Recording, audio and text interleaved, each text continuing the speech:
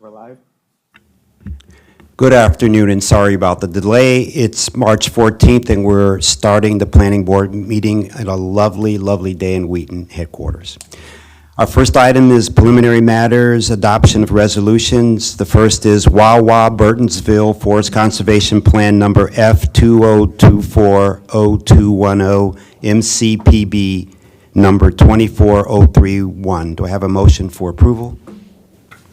I move to approve. I second. All in favor? Aye. The ayes have it. The second is approval of record plats. We have one this afternoon, subdivision plat number 220230890 for Pine Crest. Do I have a motion for approval? Yeah, move to approve. Second. All in favor? Aye. Aye, the ayes have it. The third item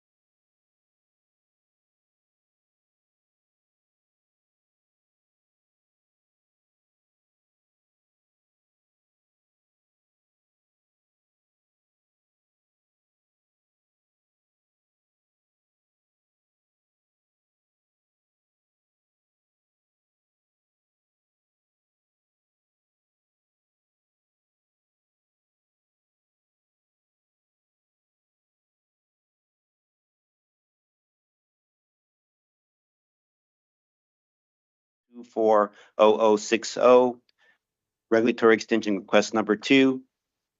So that's all 3. Do I have a motion for approval? I'll move to approve the, I second. Second? All in favor? Aye. Aye, the ayes have it, 4-0. And now we'll start with item number 4, roundtable discussion, where Parks Director Mitty Figueredo will give us her presentation. Welcome, Mitty. Thank you, Chair. It is a beautiful day indeed, and up here at the on the 12th floor of Wheaton headquarters, it's quite lovely. Our cherry blossom peak bloom is just around the corner. I think, according to the Washington Post, it'll happen as soon as March 19th. But you can avoid the crowds by using our Montgomery Parks Cherry Blossom online tree finder. It's a mapping tool that will help you locate cherry blossom trees in Montgomery Parks.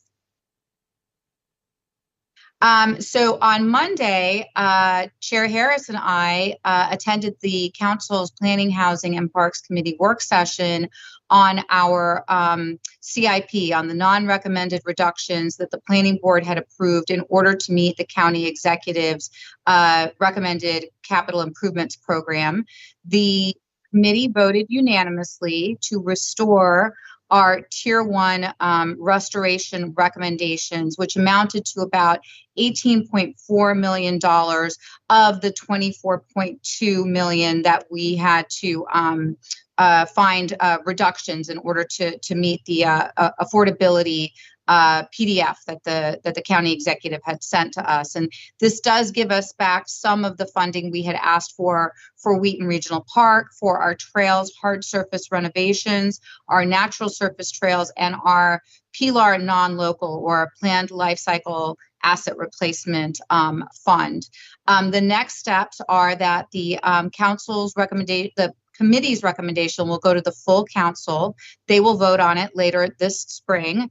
And then at that point, whatever the council's recommendation is, will go on to reconciliation, which is where the council has to balance all of the different recommendations in order to make everything fit in the capital budget. Next slide. And I wanted to show you here some of our incredible staff. These folks are from our program access and our activation teams. You know, our operating budget is mostly funds our staff, the people who plan, design, build, operate, maintain, and program our parks, and just basically keep the whole place running. We have just received the recommended operating budget from the county executive. We are looking through it right now. Staff are kind of pouring it over as we speak. We will have more information on this later, but there will be a briefing to the planning board on March 21st, and then we expect that we will return on March 28th, and it looks like we will have to bring to you our recommended, our non-recommended reductions in order to meet the county executive's recommended fiscal year 25 operating budget. So more on that, stay tuned. We're still in the middle of Women's History Month. Our Parks and Planning Department staff have been working together to put on a whole slate of events to commemorate women's history. Earlier this month, I participated in an event that was hosted by Park Police at Saddlebrook headquarters called Empowering Us All.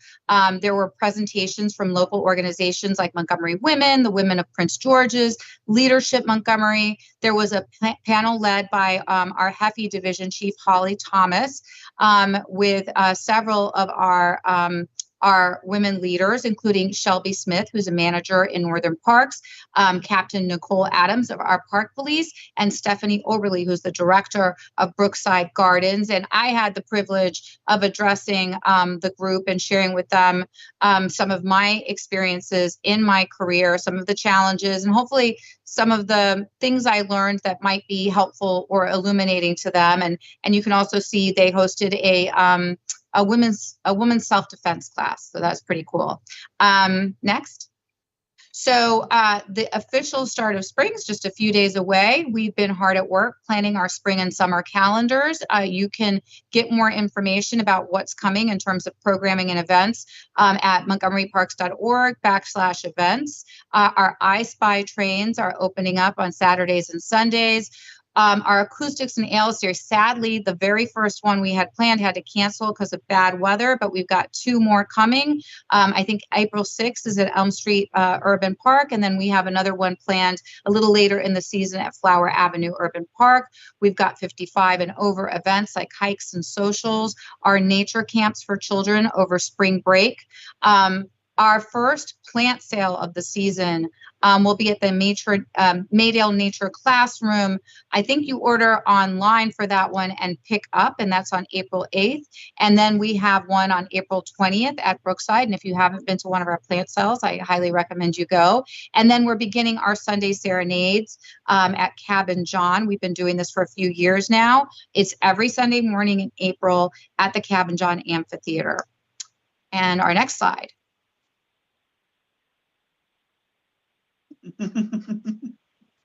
There we go. Can you believe this face? So this is this is the newest member of our canine search and rescue unit. She is a bloodhound puppy, and park police used social media to ask the public to help them name this this delightful girl.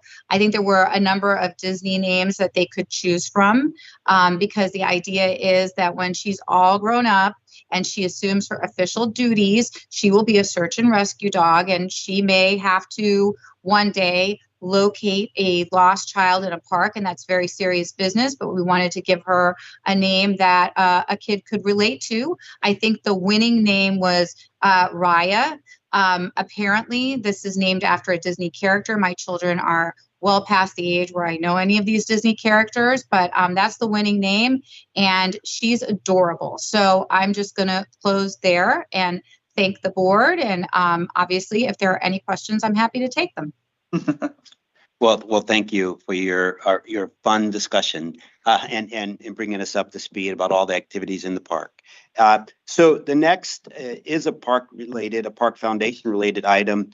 So we're happy to nominate and vote on a new Parks Foundation Board of Trustee, where our Scott Goldberg has submitted to be a new trustee, and Scott Goldberg is currently the CEO of Streamline Project Management.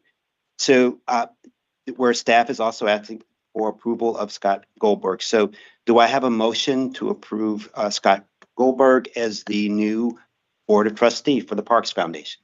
I will move to approve Scott as the new member of the Board of Trustees, Scott Goldberg. I second that. All in favor? Aye. Aye. Aye. We're all a little. The ayes have it.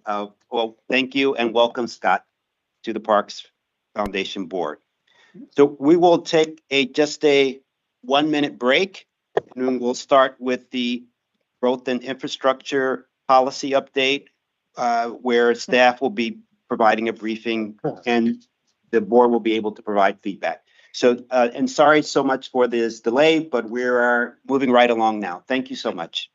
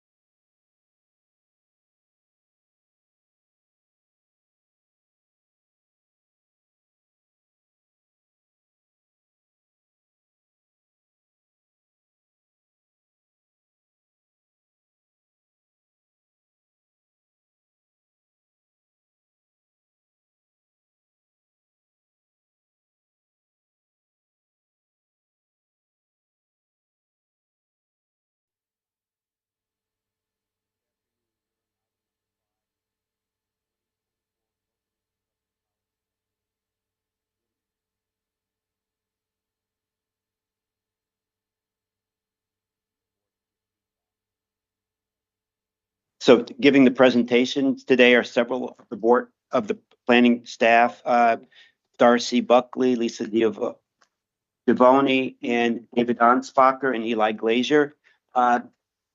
Welcome, planning staff, and the floor is yours. Good afternoon, commissioners. Also joining us on the team is Jesus Beck. The Growth and Infrastructure Policy Team is really excited to be presenting to you the preliminary recommendations for the 2024-2028 Growth and Infrastructure Policy. The team's going to be providing an overview of the current policy. They'll summarize the preliminary recommendations for transportation, schools, and impact taxes, and we'll address some of the comments that the Planning Board has received. While we fully anticipate that the board will have a lot of questions and comments, we did want to ask commissioners to hold any questions until after we reach the end of the slides for each section of the presentation. So for instance, once we get through the slides on the schools elements of the policy, we would like to stop and then take questions before we proceed to the next section, which is transportation. And I also just wanted to quickly acknowledge a few of our colleagues that are joining us virtually today. From MCDOT, we have Haley Peckett, Deputy Director. We also have Andrew Bassi, who's also in the Director's office. And then from SHA, we will have, in probably about 20 minutes, we will have Joe Mogis from SHA. And at this point, I'm turning it over to the team. Did you guys go briefly live to say you were going in?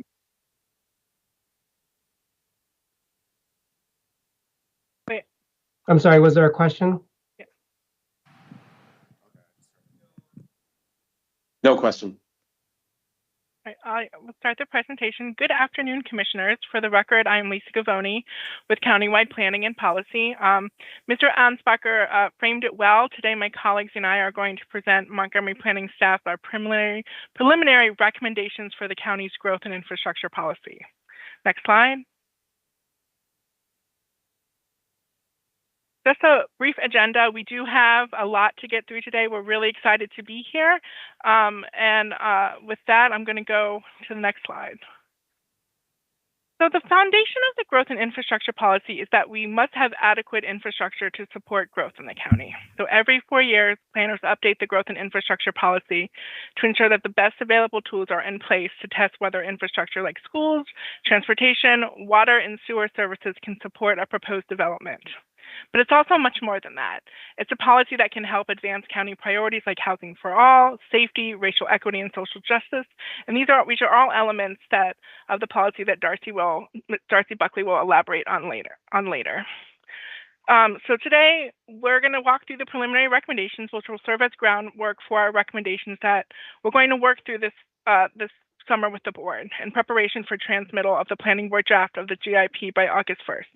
And as we get to these recommendations, I do want to note that they're a work in progress and work is continuing. We're going to spend the next month or so continuing to refine these recommendations and continuing to collaborate with our partners to create recommendations that we think are really sound. Next slide. So just a brief history of the growth and infrastructure policy. When the growth policy was initially adopted in 1986, much of the land in the county was undeveloped. The focus was on ensuring roads and schools were in place as farmland was converted into neighborhoods. The county has since evolved from a bedroom community into a complex jurisdiction with major employment centers and mature residential neighborhoods. And today, the growth we see is largely through infill development and redevelopment. Over time, the policy has shifted to respond to the county's changing growth context and reflecting its planning goals. These updates give us an opportunity to hone our tools and ensure the policy is helping the county to achieve its goals. Next slide. The adequate public facility regulations state that the planning board may only approve a proposed development after determining that the surrounding infrastructure, such as sidewalks, roads, and schools, can meet the needs of new residents, visitors, and students. The county's APF includes transportation, schools, water, sewer, police, fire, and health services. The GIP guides how the planning board makes the determination by setting standards for evaluating public infrastructure and the impact an individual development may have on it. It also outlines how a developer can bring infrastructure up to standard so that projects can proceed. And making an adequacy determination involves predicting both future demand from private development and assessing the condition of existing public infrastructure. Ms. Beck will discuss this in more in detail later on in the presentation, but the GIP uses a context-sensitive approach that classifies county neighborhoods into school impact areas based on the character of their growth and that growth's impact on school facilities. These classifications, in addition to housing type, determine the per unit rate of school impact taxes. The school impact tax rates are determined by school impact areas and the residential unit type classification. And school impact taxes help pay for new construction or classroom additions for school facilities countywide. Mitigation for the schools element comes in the form of utilization premium payments, or UPPs, that vary based on school impact area, the type of development, the degree of projected overutilization, and the estimated number of students to be generated by the development. The payments are in addition to the school impact tax, which developers must pay on new residential units regardless of the adequacy status of the school serving the proposed project area. Next slide. For transportation adequacy, each proposed development forecasts its impacts and evaluates surrounding infrastructure to determine if and how it will mitigate its impact. Mitigation typically involves constructing or installing transportation infrastructure such as nearby sidewalks, curb ramps, or traffic signals. For projects with fewer than 50 net new peak hour trips, adequacy is assumed and no further study or mitigation is required. Projects with 50 or more trips complete a series of multimodal infrastructure tests or studies known as Local Area Transportation Review, or LATR.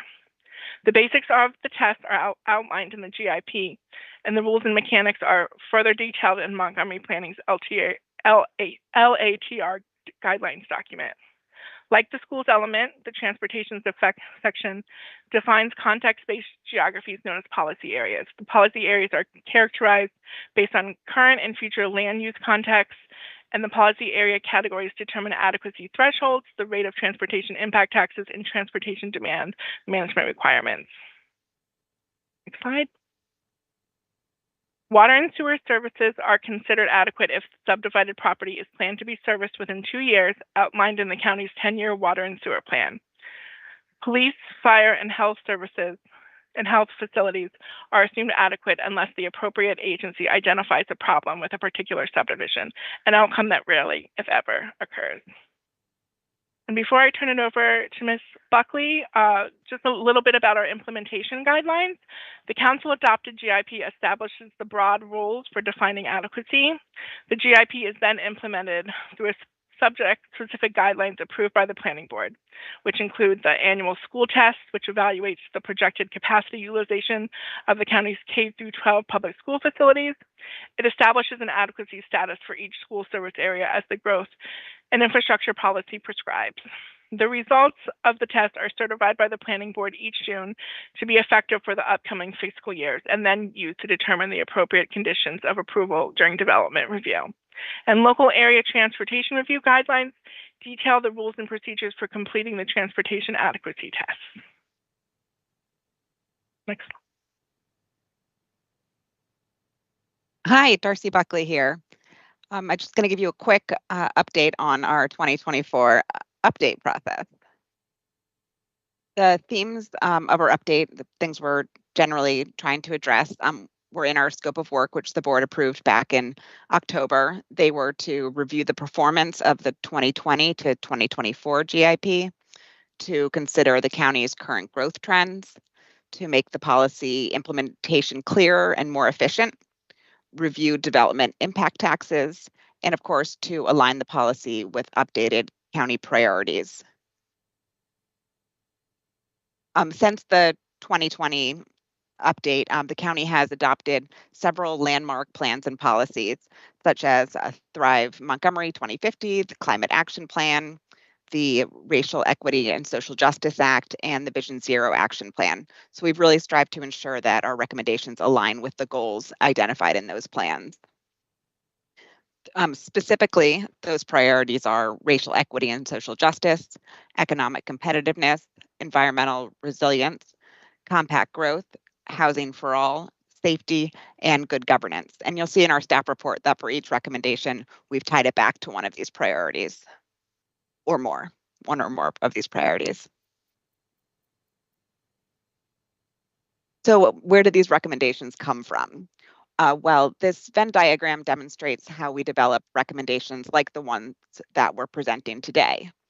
We rely on our own planner expertise, our knowledge of best practices and current conditions, our data analysis, as well as our understanding of how these policies work and the factors that affect them.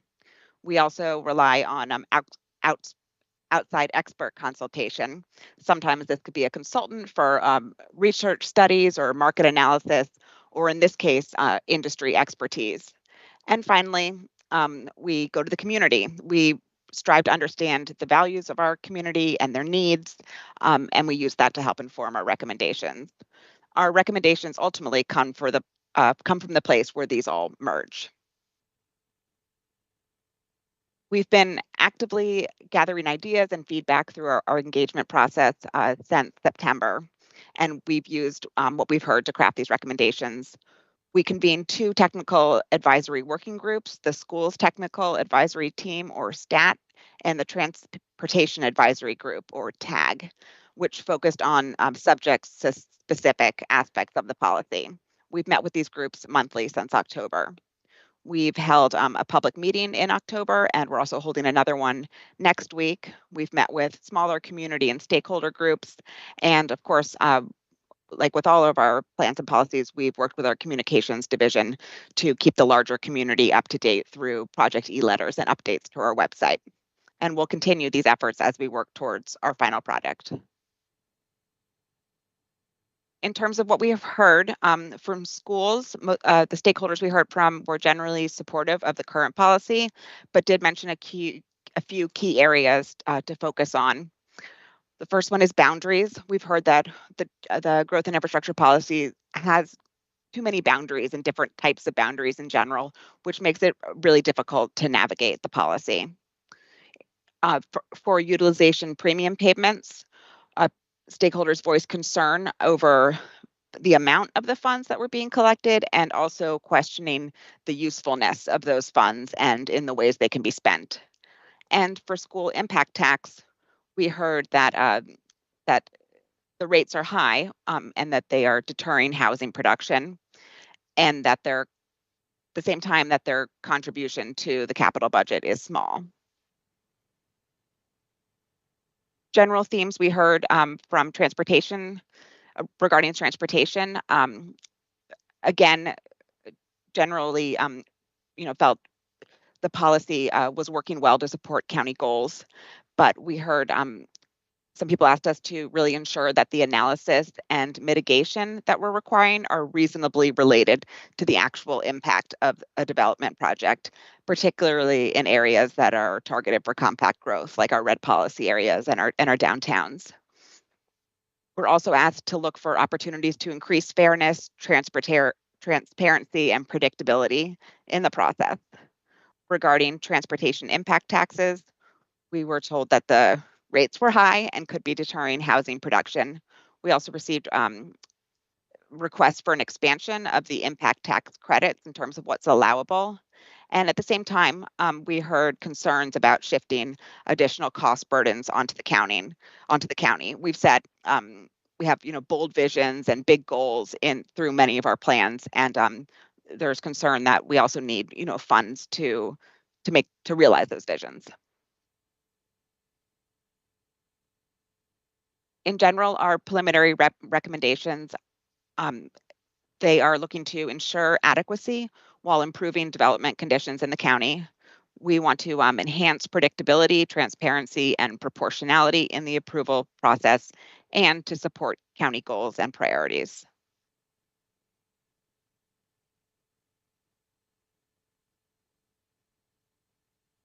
Hey, Sue. For the record, this is Jesus Beck, Adequate Public Facilities Planner. I'll be briefing through the schools element of the policy and the preliminary recommendations that we are looking to achieve during this round of updates. For the schools part, if if you remember in the 2020 update context, the countywide schools scene was struggling in a way to keep up with the strong enrollment growth. Many schools were being overutilized. The policy at the subdivision staging policy back then had a moratorium that was preventing housing development, but at the same time not effective in curbing the enrollment growth. So there, in that context, we did a major overhaul of the schools element of the policy. So this time around, we're not looking to do another round of major overhauls. No, the enrollment trends have slightly changed as well, which might just be temporary. So we're mostly looking into slightly making modifications to perfect the policy as the growth trends are showing to change over time. Next slide. So one thing that the last policy update team was able to find was that the majority of enrollment growth that was happening across the county was from the turnover of existing units. Less than 25% of the enrollment growth could be contributed to new development. So in that context, the policy introduced what we're calling school impact area boundaries, so we can apply different tools based on the different growth context of the county. So we created 3 different impact area classifications. One is infill impact areas where there's high growth in multifamily housing units and a relatively lower impact per unit on enrollment growth. There was also turnover impact areas where there is relatively lower housing growth, but the enrollment growth is largely due to turnover of existing family homes, especially single family units. We also created a category for greenfield impact area where there's a high growth in these single family housing units, which have high impact on enrollment growth as well. But when we were considering the residential capacity left in each area, it was found that no area of the county would be found to be a greenfield impact area. So while we have the category, the classification identified in the growth policy, we do not have any areas of the county identified as greenfield impact area currently. Next slide. The one issue with the school impact area boundaries was that we created an additional layer of boundaries of already complex boundaries that the policy introduces. So for this round of updates, staff is recommending that we modify the school impact area boundaries to align with the transportation policy area boundaries, which Ms. Buckley will go over in detail later on when we're going through the transportation elements of the policy. The one difference right now is with the enrollment trends. Since the last update, we have experienced the COVID pandemic and the county's birth rates have been dropping or slowing down. So the enrollment has actually declined since the last update. Staff is still looking into doing further analysis of each area based on these boundaries, and we'll classify them into turnover, impact, and greenfield area as our analysis suggests. But there will be some judgment calls that have to be made because the enrollment trends that we're seeing right now might just be a temporary phase that the county could come out of while we're recovering from the pandemic. Next slide, please. Another key element of the schools policy is the annual school test, which Ms. Gavoni has introduced. So the annual school test evaluates the school adequacy for each fiscal year, and the adequacy is defined by capacity utilization, measured by utilization rate, which is enrollment divided by capacity, and seat deficits, which is capacity minus enrollment. So we currently use 2 measures, and the seat deficit is especially a way to balance the difference in different size between schools at the same level. So this, while generally having been successful in classifying placing different schools according to their overutilization levels into our different UPP tier placements. The one issue that we've noticed is that there is a seat deficit threshold that MCPS uses for their own CIP planning purposes, but our seat deficit thresholds do not have a clear or apparent relationship with MCPS's thresholds. MCPS thresholds are 92 seats for elementary schools, 150 seats for middle schools, and 200 seats for high schools. As you can see in this table on the left column, there's no clear relationship between the two. So let's go to the next slide. So for this this update, we are recommending that we adjust our seat deficit thresholds to align with or better reflect the MCPS's CIP threshold. The one that we're recommending is to align the Tier 2 UPP placement threshold, which kicks in when a school is projected to be over 120% at utilization rate, that the threshold, seat deficit thresholds that it has to exceed is the same as MCPS's CIP thresholds. The Tier 1 thresholds, which is a lower utilization rate that we start collecting UPP funds for, will be based on 80% of MCPS's threshold. The Tier 3 threshold will be 1.2 times, so 120% of MCPS's threshold. So it will be 110 seats for elementary school and 180 seats for middle school. And if anyone remembers the previous subdivision staging policy, these were the seat deficit thresholds where the individual school moratorium would kick in. So in a way, we are using our previous policies thresholds here as well.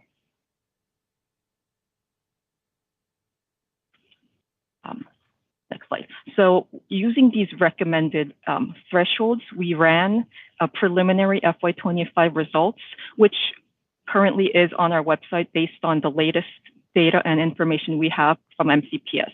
So the schools shown in black letters here are what we are currently expecting to see based on the current policy thresholds. So there are a number of Tier 1 high schools and middle schools that'll be in Tier 1. There's some in Tier 2 and one elementary school in Tier 3.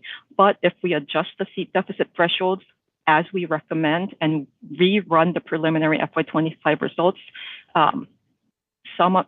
especially at the elementary school level, seat deficit thresholds are lower than our current policy. So we'll see 2 more elementary school service areas being placed in the Tier 1 UPP. This isn't that huge of a difference because even with the current preliminary FY25 results, these school service areas have low adequacy ceilings. So if there's a development coming forward with multiple students expected to be generated, they could still be placed they could still be triggering a Tier 1 UPP placement.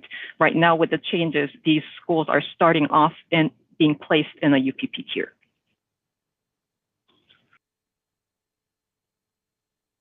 So the next thing that is an important element of our policy is what's called student generation rates.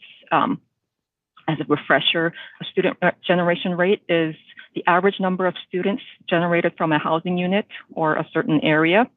The county officially calculates student generation rates every other year. And we use those official rates to estimate the enrollment impact of a development, and we use it to calculate impact taxes. The current official student generation rates classify all housing types into 4 categories: single-family detached, single-family attached, multifamily low-rise, which we define as 4 stories or below, and multifamily high-rise, which we define as 5 stories or above.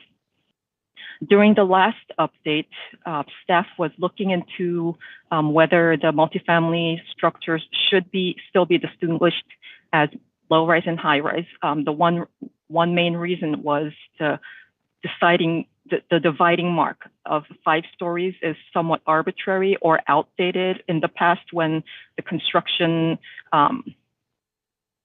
there was a limit to a height where they could use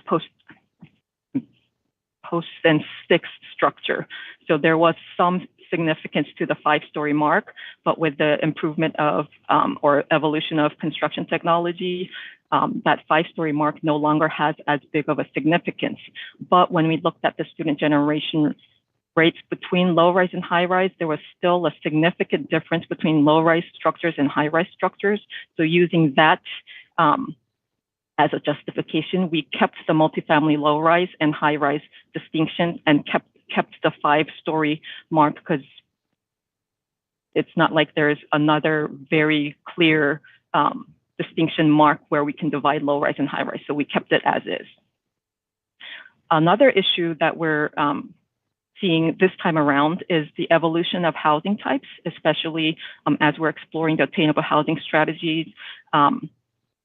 We are seeing some units that are classified as sorry, to go back to slide 25. Yes, so we could, if you look at the picture here, you can see what most people will perceive as townhouses, single-family attached units. This picture is actually a picture of single-family attached units, but we are also seeing units that appear to look the same on the outside, but they are classified as multifamily low-rise. The reason being, sometimes if you look closely at the entrance of each parcel, there are 2 doors. So we are calling, these are normally called stacked flats, or what people call 2/2s.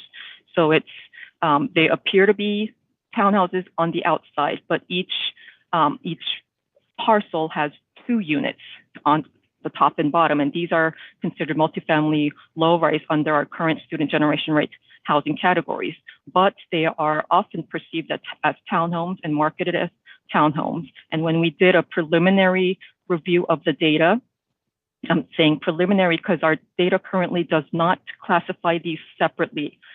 So we have to do a visual check to see if a certain structure is a 2/2 or a true multifamily low-rise. But our preliminary review showed that there is clearly a difference in student generation rates between the traditional multifamily low-rises and these types of units.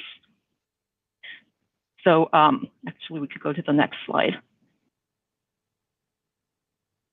Next slide, please. So for this round of updates, we're recommending, number 1, to keep the distinction between multifamily high-rise versus low-rise. A student generation rate analysis using the latest data still shows that there is a discernible difference between low-rise and high-rise. And because we're seeing a discernible difference between what we're calling the 2/2 stacked flats compared to the traditional multifamily low-rises, we're recommending that we introduce a new multifamily housing category that will reflect, for now, the 2/2 student generation rates. And as we continue to discuss the attainable housing strategies, and we see a continuous evolution, I don't know if the evolution is the right word, but a continuous development of different housing types that don't necessarily fit into one category better or another, we will evaluate whether they should be considered into this 3rd multifamily housing category. Okay, so another item for student generation rates, talking about evolution. So last time during the updates is when we noticed there is an evolution of multifamily structures overall. Newer development overall are built with smaller units in bedroom size and square footage. They're overall less affordable, less family friendly, just overall being perceived as different housing typologies. So we did an analysis of each multifamily structure based on the decade they were built, and found that that structures that were built in 1990 or later have much lower student generation rates than those built earlier. So for the last update, we decided that we will only calculate the official student generation rates for multifamily high-rise and low-rise structures based on buildings that were built in 1990 or later. One concern that came up back then was whether the 1990 mark is a clear cut of housing typology, whether the apartments are really different between 1990 and later or earlier, or if it's just a matter of amount of time that has passed since the structures were built. So we promise that we will continue looking into that dividing marker. And on the graph on the right, you can see the latest student generation rate analysis based on structures built by decade. And we can still that 1990 stands as a cutting point between multifamily structures built before and after. So for this round, we are recommending to continue calculating official student generation rates based on multifamily units built in 1990 or later only.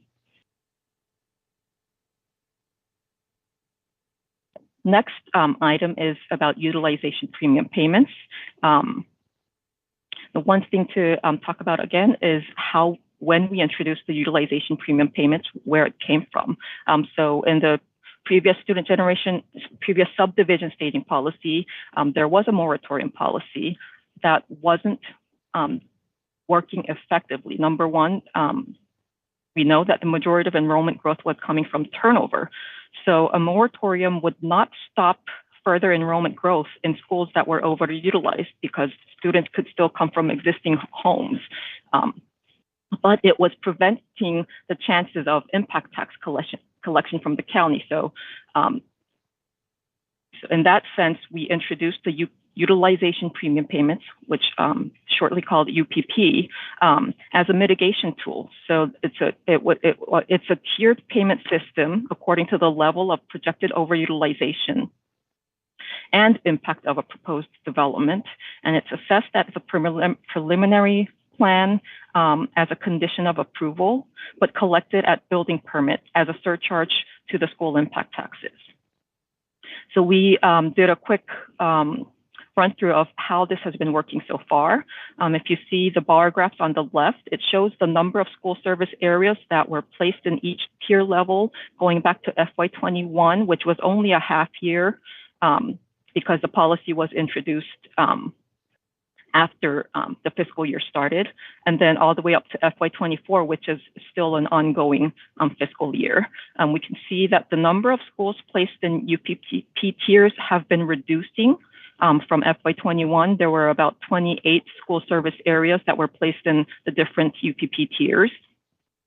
And currently in FY24, there are only 7 school service areas placed in UPP tiers. One reason behind this is that enrollment growth, as said before, has been slowing down, and school capacity is also starting to catch up through MCPS's continuous capital investment.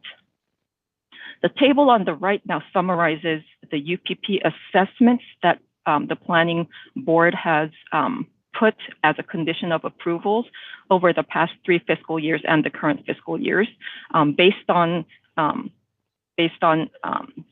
each school service area. So the first thing you can note is comparing to the bar graph, the number of areas that saw projects being assessed UPPs are much less than the actual number of schools that were placed in tiers. For example, for FY21, there were 28 school service areas placed in a UPP tier. We only saw projects coming through 1 school service area. And it's other fiscal years, there were a few more school service areas seeing projects being assessed, but at the same time, it's still much lower than the number of schools placed in UPP tiers. So this is a testament to how much of the county schools overcrowding was actually because of new development. A lot of it shows that a lot of other school service areas being placed in UPP tiers were not seeing development activity happening. And at the bottom, and highlighted in red, so far of all these projects that have been assessed UPP conditions, only one single family attached unit in Clarksburg has gone through to the building permit. So we have collected $6,500 from the utilization premium payment system so far. So next. So the one issue with this is that at the council level, at the last update, it was stated that the UPP is a fee and not a tax. So the use of funds must have a rational nexus to the collection point. So the current policy, the council added language to the current policy that interprets that nexus as projects that add capacity designed to alleviate overutilization in the school service area from which the funds were collected. The staff stance on this right now is that school capital projects that increase capacity in one location shouldn't be viewed as an infrastructure investment only available for the use by that immediate school service area, especially considering that MCPS's capital planning direction is going more towards building surplus capacity at schools while they're either addressing aging infrastructure or rebuilding new schools for future use. That could be used for adjacent schools. And also, as a result of that, there will be more frequent boundary changes as we see coming soon in the future, which may lead to these school linkages becoming outdated between a certain location and the school service area that they are having a nexus held for. So what staff is recommending is to allow the UPP funds collected for capital projects to be able to use for capital projects at adjacent schools or clusters. There's one, the map on the right shows one example where Wooten High School and Magruder High School in the current MCPS's CIP is expecting to see what they're calling major capital projects, where they are expecting capital and investment to address their aging infrastructure. These schools in the projections do not need additional capacity, but MCPS is planning to add capacity anyway, without an intent of which school to release through this capacity added specified. So if we can go to the next page, what we can see with this recommendation is that this table right now is it's using the same data as the table we just saw about the UPP assessment summary, but we're summarizing it based on school service area and the UPP assessment estimate that we can calculate if we use a hypothetical assumption that these building permits will be pulled during the FY 2024 or 2025 period using the current impact tax rates. And the column on the right is showing the capital capacity projects that are scheduled either on site of these schools or at an adjacent school that with our current recommendations, the funds would be able to be used for. So the schools highlighted in purple on the right column is showing those capital projects that the current policy will prevent the funds collected in the middle column to be used for, but with our recommendation, these funds will be able to be used for the capital projects highlighted in purple.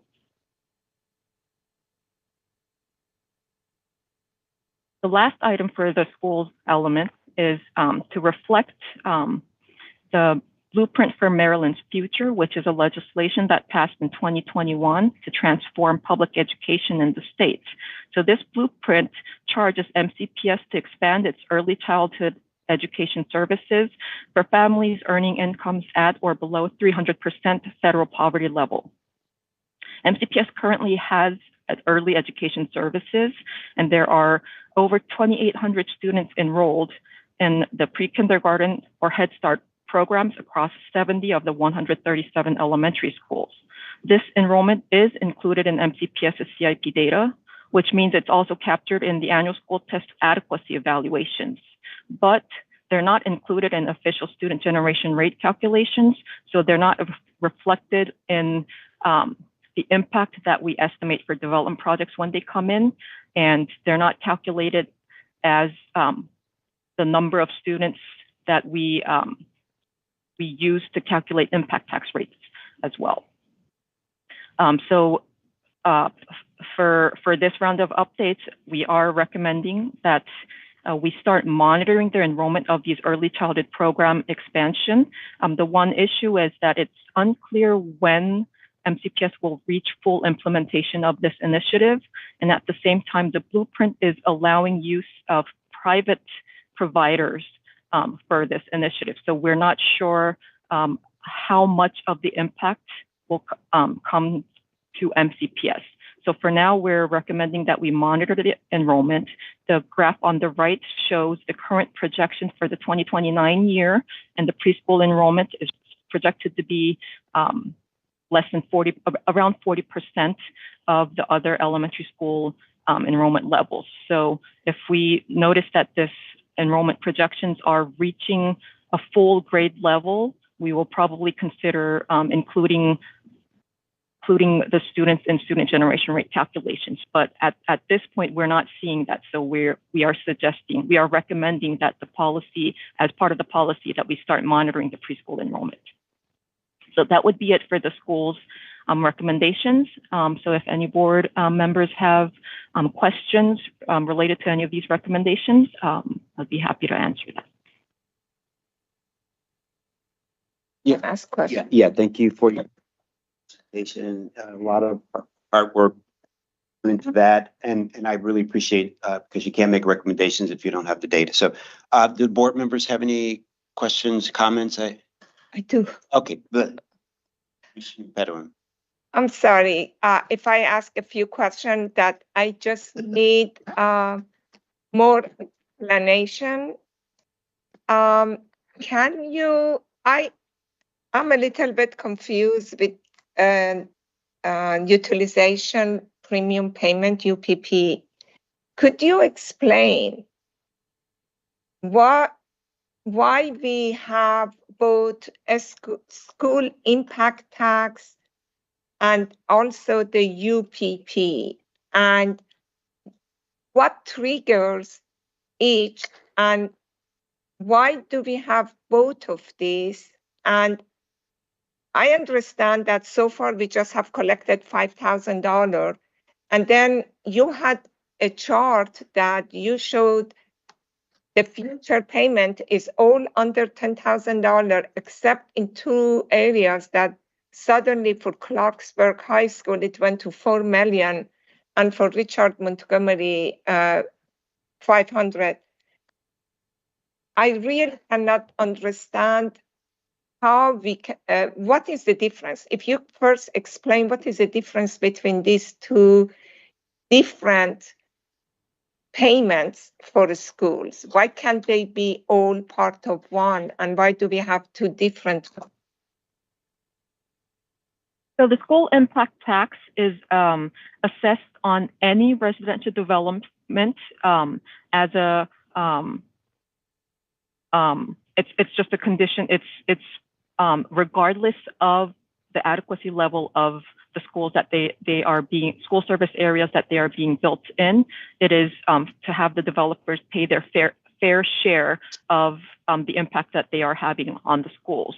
The utilization premium payment was introduced as a sort of a replacement of the moratorium in the previous update, because the moratorium was clearly not working. We were, again, with the 75% of the enrollment growth coming from existing housing units, we would put, there would be moratoriums put on areas where the schools were overcrowded. So we would be halting development there, but it wasn't effective in actually curbing the enrollment growth because there was still a lot of students buying into the existing neighborhoods, and the schools would see the overcrowding continue. But at the same time, the moratorium would halt development, which was a good opportunity to collect impact taxes and provide revenue to at least alleviate some of the overcrowding. So the UPP was introduced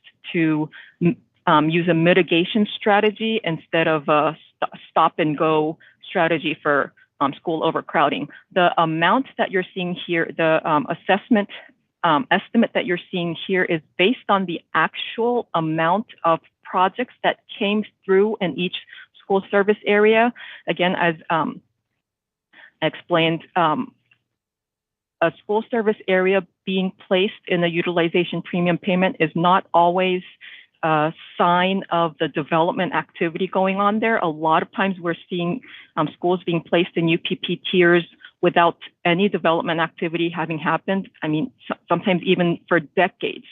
Based on the development activity going on in each school service area, we will see a different number of projects coming through with the UPP assessed as a condition of their approval. The reason we're on if we're seeing $4 million assessed in Clarksburg is because there were that many development applications coming through in Clarksburg. The reason we were only able to collect $6,500 or so is because a lot of these projects went through the planning board and received approval, but the actual funds are collected at building permit. So that means these projects, it hasn't been that long, honestly, with the pandemic happening in between. I understand that. Yeah, but I thought that you said that most of the overcrowding happens because of turnover, not because of the new construction. So how do we then collect? See, the problem is, if the problem is turnover, why are we then charging the new development that they are paying impact tax, that it's supposed to be for the school? And then we say that, okay, in addition to that, if the school district in your area or high school in your area is overcrowded, you have to pay another premium payment, that this overcrowding may have come from a turnover and not from an infill or a new development. So why are we doing that? And that doesn't, I don't understand that. Staff will continue to discuss and look into this, but the one thing that we can point out is that turnover enrollment fluctuates.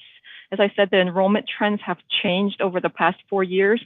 So right now we are seeing in most turnover areas, enrollment has actually declined, whereas we know new development will bring enrollment growth.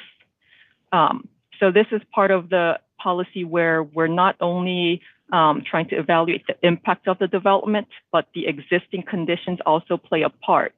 So if new development is coming into an area where there is adequate school capacity, that's fine. But if there's already, if new development is coming into an area where there is need for additional school capacity, we are asking the developers to help facilitate the CIP, the MCPS CIP, be able to place a project there and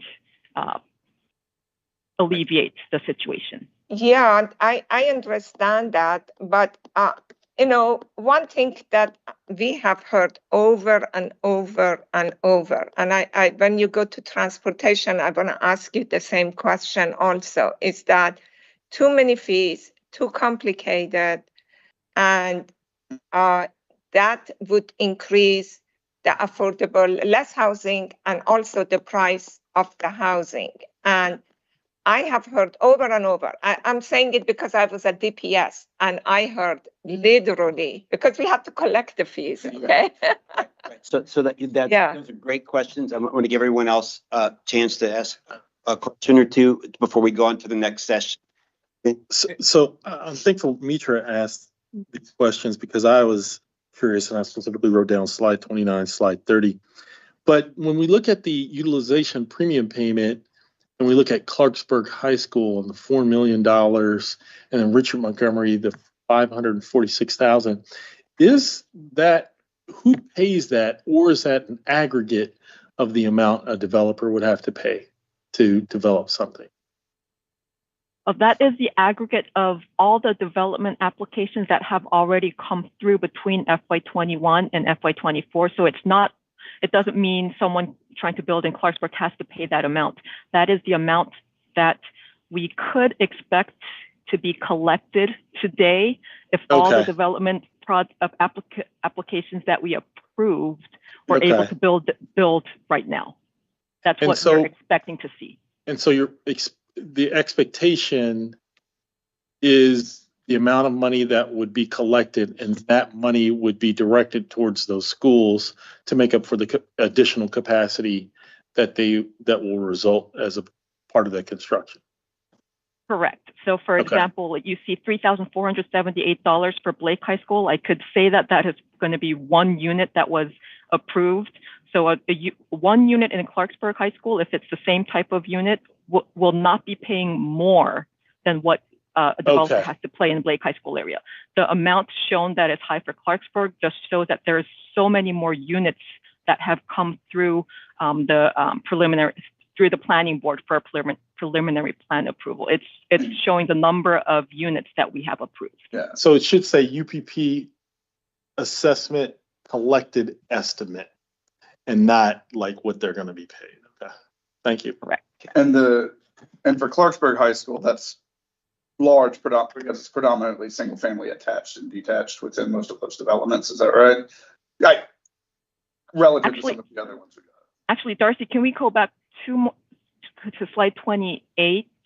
So we're seeing, yes, we can see the same. So if you look at Clarksburg, it is correct that there are a lot of single family units, but at the same time, multifamily units, multifamily structures, when you build one, you get a lot of units. So, so there's still, some amount of multifamily units being built that has been approved in Clarksburg as well. They haven't been built yet because the permits haven't been pulled. So, I'm sorry, then I'll ask Mike. No, respect. If you could actually charge the amount, just say most of this came from single family turnover.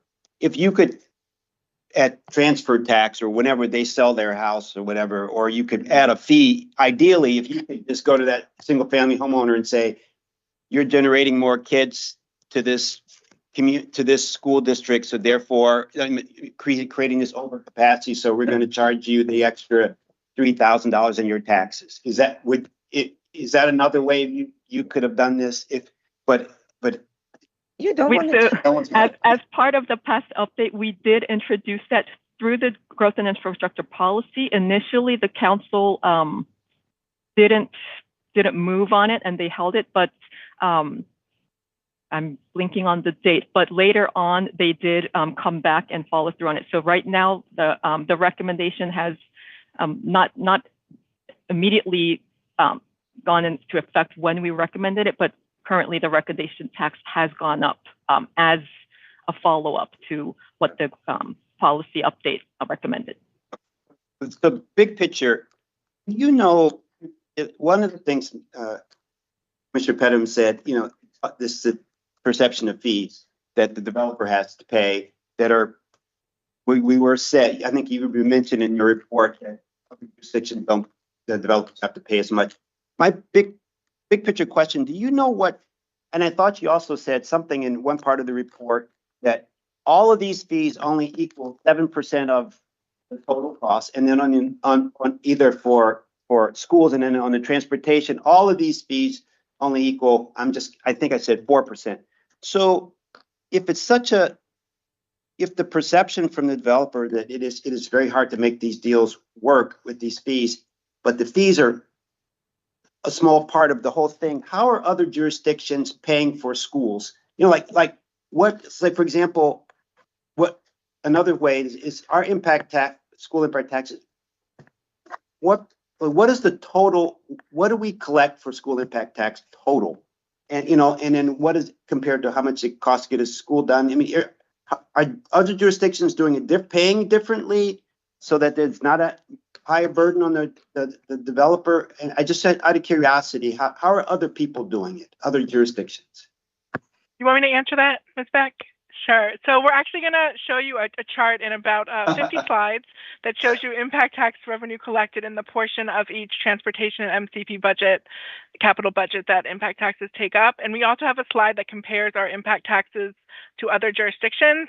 Spoiler, they are very high, but they also have a pretty large range depending on where you are in the county and what type of housing you're building. and I'll let Ms. Beck answer part of it, but we had a technical working group, and one of the things we talked about is that it seems like a lot of other jurisdictions are using a lot more state funding than we are to help build the schools, but that is something that's changing. We not every jurisdiction bases it creates impact taxes with the same methodology that we do.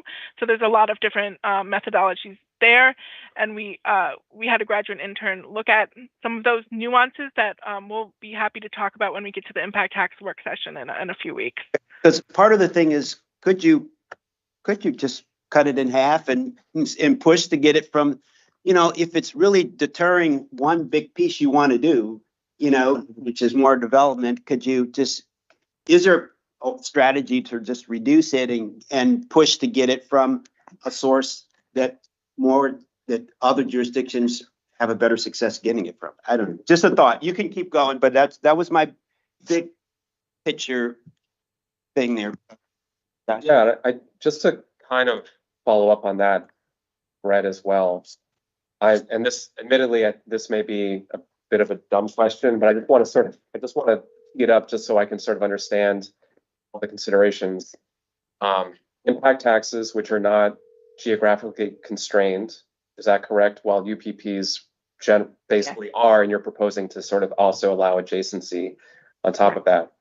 I'm wondering was there any consideration to propose streamlining impact taxes and the UPP process so that there's one process that a developer has to follow? And admittedly, it would be a little bit more complex from a calculation standpoint, and it's a much bigger, obviously this requires other stakeholders too to weigh in on this.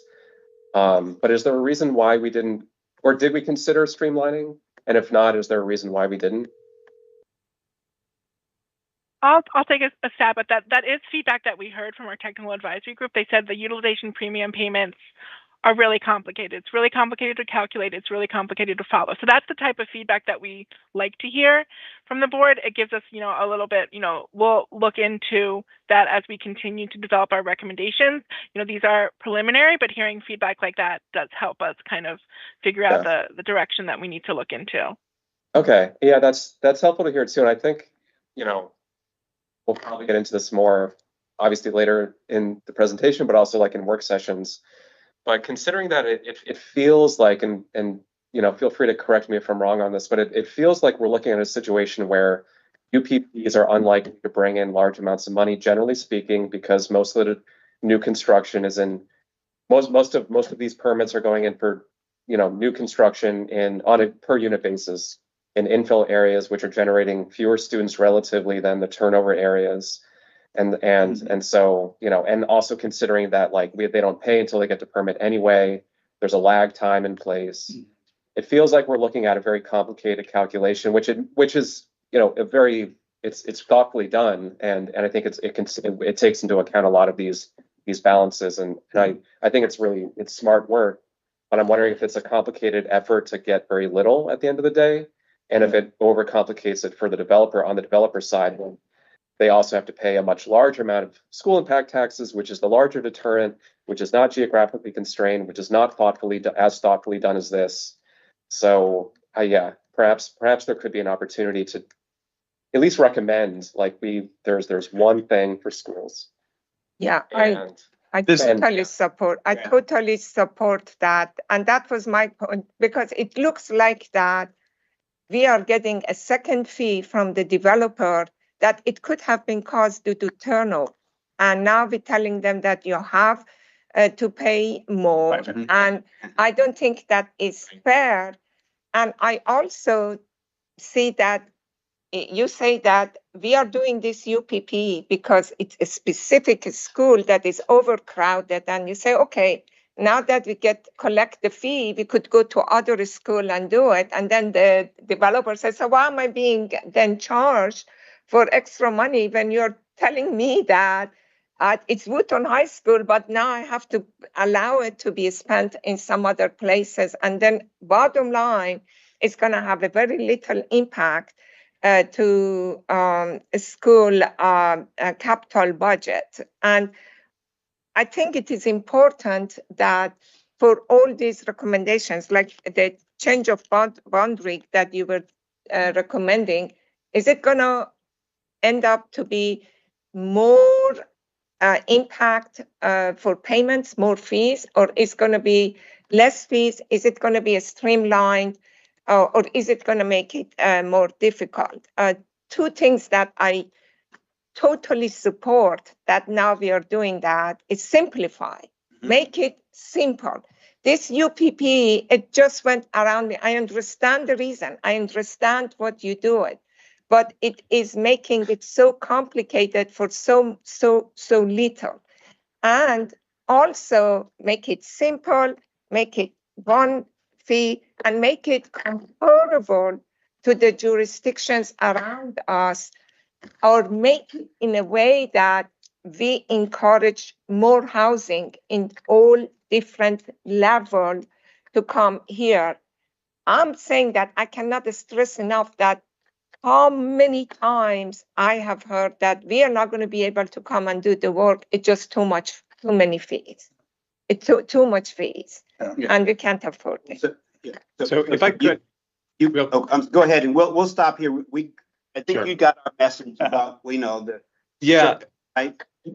reduce if possible, all those things. Okay. Well, if I could, for the record, Jason Sartori, Planning Director. So I just want to make sure, we need to kind of keep the focus of what this policy is, right? So the policy is a requirement of county code. The county code says that a preliminary plan of subdivision must not be approved unless the planning board determines that public facilities will be adequate to support and service the area of the proposed subdivision.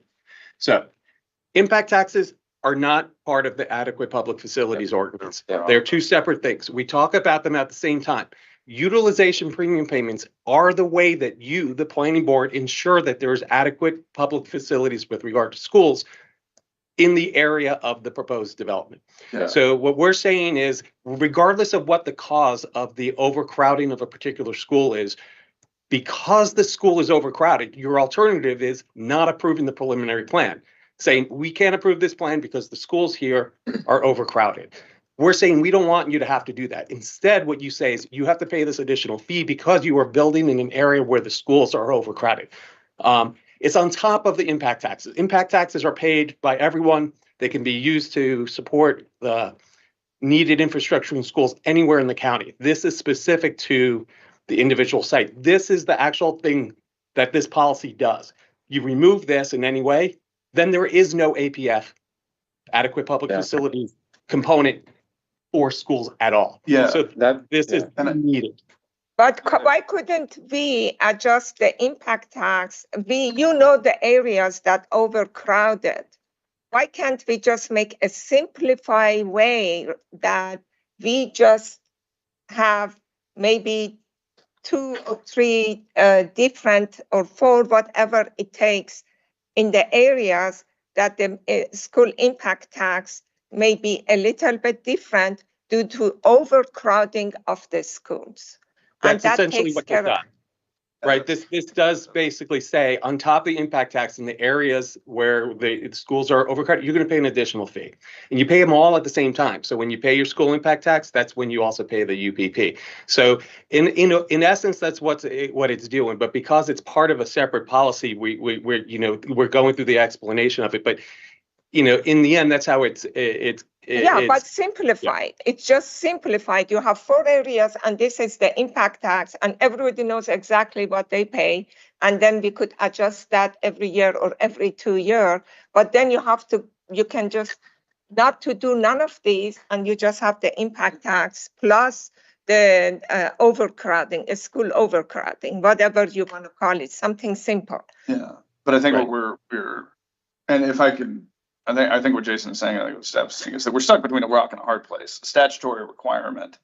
And if we don't have some formal way of designating that we believe that you have adequately address it, even if practically speaking, $6,000 does not adequately do anything, quite honestly, it's just a random payment. But it is at this point the way we are addressing a statutory requirement that we have to we did. And while we might not have a tax, we moratorium, can do that. Right. While we might not have a moratorium right now, Yeah. Statutorily, you're required to say, yes, there is adequate facilities for, each project. You could deny a project for not having adequate facilities.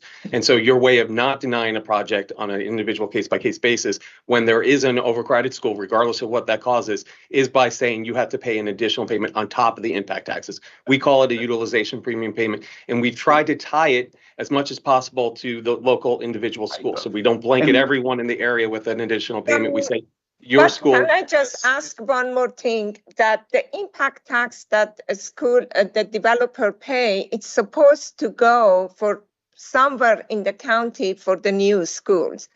And if it hasn't gone to the right place, that a school is overcrowded, or if public schools has not yet got to it, okay, then we're going to say, okay, although that you have paid this impact tax, that we have some new school, but we haven't got to the area that you want to build, so you have to pay additional fees.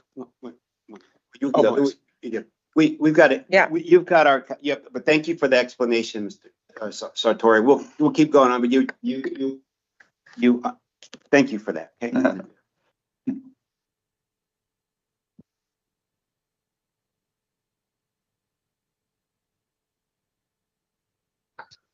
Okay. This is Darcy Buckley here. We're going to jump into transportation. So, previous transportation policy updates have moved the policy away from strategies that were exclusively concerned with reducing congestion towards ones that really focus on making walking, biking, and transit safer and more convenient. For example, the 2016 GIP update introduced a context-driven framework in the form of transportation policy areas, and the 2020 update expanded the definition of adequacy to really focus on pedestrian, bicycle, and bus transit systems. The 2024 recommendations are focused on, honing these existing tools and to continuing the trends towards a more multimodal county. Before we dive into the recommendations, just want to look at some of our outcomes quickly.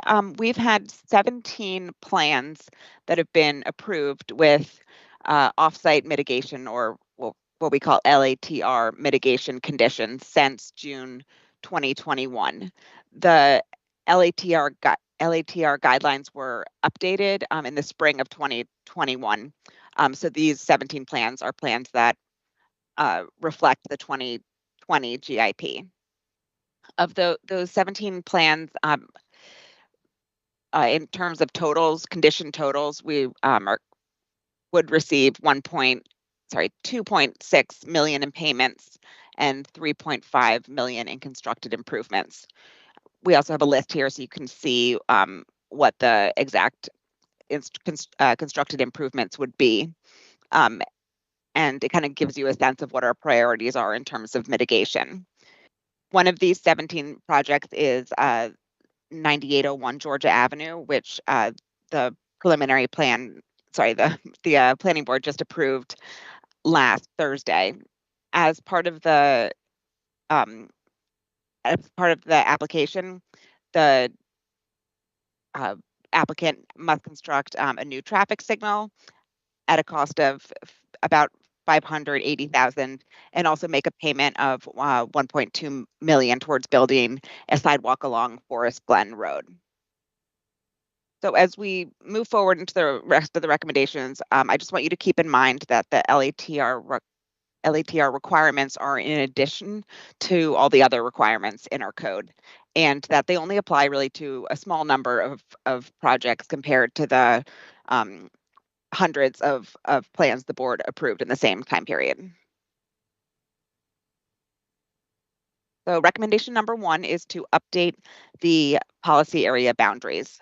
The GIP defines these context-based geographies known as transportation policy areas, and they're really an essential tool in the county's effort to concentrate growth in the centers of activity and along corridors. Today, we have 42 policy areas. Each one is categorized categorized either red, orange, yellow, or green based on both current and future land use and transportation context. The policy area categorizations determine adequacy thresholds, impact tax rates, as well as transportation demand management requirements. Red areas are our central business districts characterized by high density development. Orange are corridor cities, town centers, and areas with planned premium transit. Yellow are lower density areas, mainly residential neighborhoods. And green are the county's agricultural, reserve, and rural areas.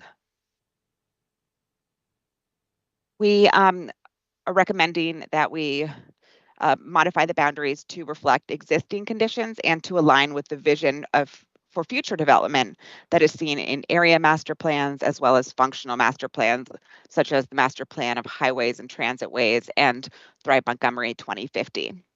We recommend establishing 3 new red policy areas that would include the areas of Great Seneca Life Science Center, the FDA Village in White Oak, and the Rock Spring area. We're also recommending expanding the orange policy areas to include Germantown, Montgomery Village, part of Clarksburg.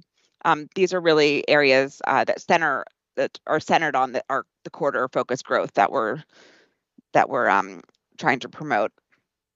And finally, changing Damascus from a green area to a yellow policy area. Damascus is not an urban center, but it is an established community where some growth is desirable.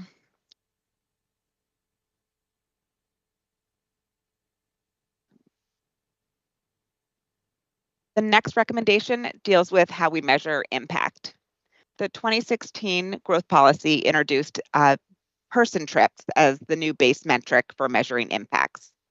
Person trips are a trip by one person in any mode of transportation. Person trips replaced the motor vehicle metric that had been used for decades. So now you're counting people rather than cars. Net new peak hour person trip, the person trip metric serves as our threshold for both conducting an LATR study and for determining the size of the study area. And we found that using this metric to assess a development's impact is problematic because it weighs pedestrian trips and vehicle trips equally. This means that a development that is generating 50 pedestrian trips would be held to the same requirements as one that is generating 50 vehicle trips, even though the latter, the one with the vehicle trips, has a much more significant negative impact on the transportation system. Staff also feels that treating pedestrian, bicycle, and transit trips as impact and things to be, or as outcomes to be mitigated rather than encouraged is inconsistent with the goals of Thrive Montgomery 2050 and other county priorities. Our recommendation is to replace peak hour person trips with the peak hour vehicle trips metric, and to develop new equivalent thresholds. The peak hour vehicle trip metric is widely used and it's easy to understand. It serves really as a more precise measure of impact and will help ensure that required analysis and mitigation are reasonably related to the development's actual impact. The next several recommendations pertain to the technical aspects of the LATR transportation task. Our goal here is to maintain our high standards while reducing the amount of unnecessary data collection and analysis. Really, we're trying to simplify the policy, make it more effective, transparent, and predictable. First recommendation is to refine the GIP Vision Zero statement. All projects that complete LATR studies need to develop a Vision Zero statement, assessing and proposing solutions to safety issues safety issues. For this statement, applicants collect and analyze a substantial amount of data, but unfortunately, there are really limited opportunities for them to act on that data. It's usually not feasible for an applicant to fix the identified issues because doing so would require acquiring additional right-of-way, narrowing a road, changing a speed limit.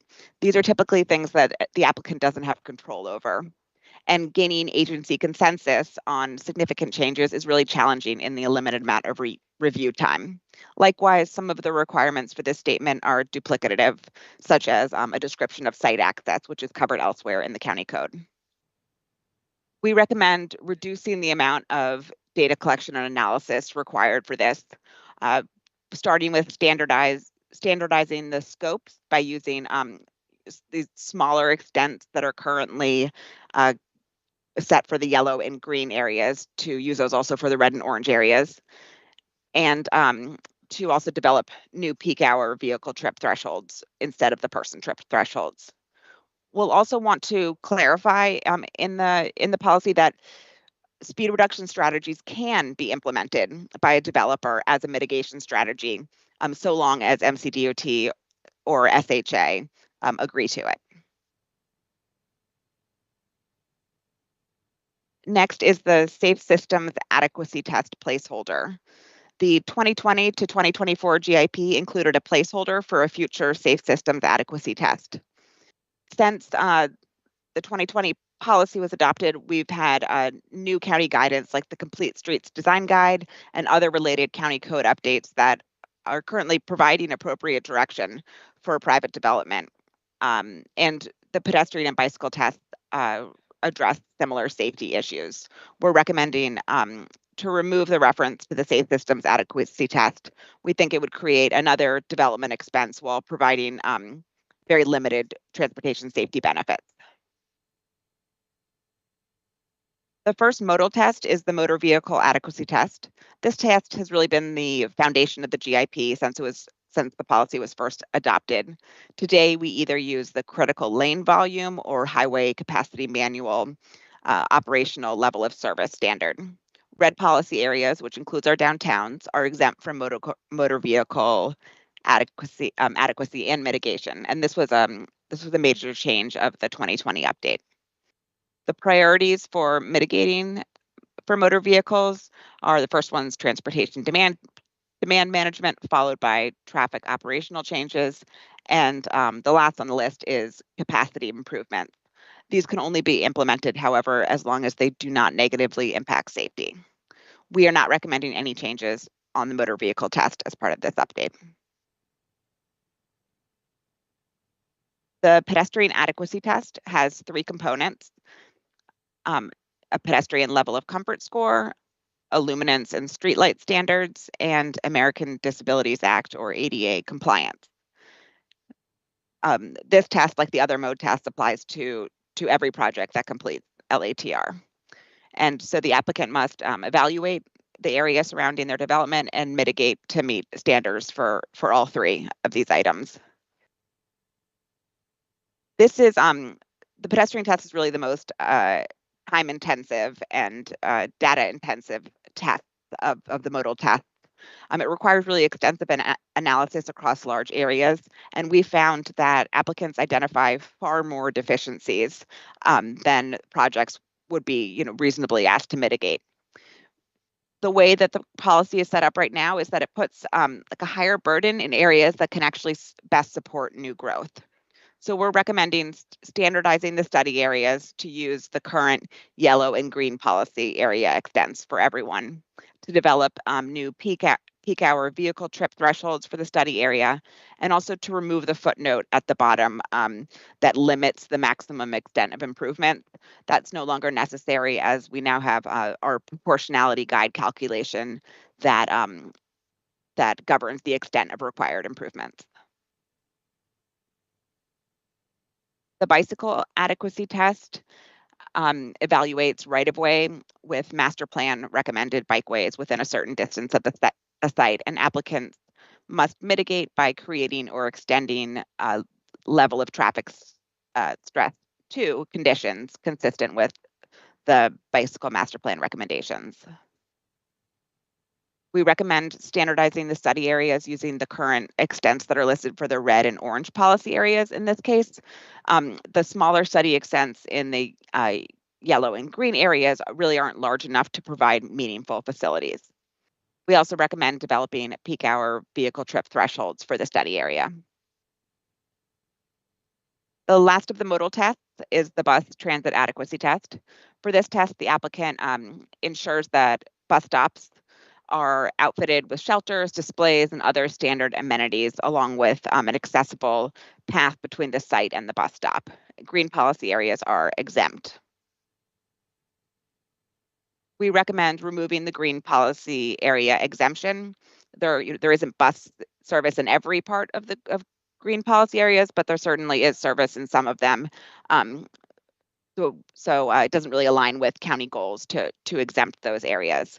If there aren't bus stops or there isn't bus service, then it doesn't affect the development. But if there is, then they should investigate that.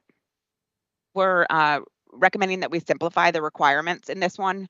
We'll retain the requirement for an accessible bus stop pad, but otherwise refer to the applicant to published MCDOT guidelines for shelters and amenities.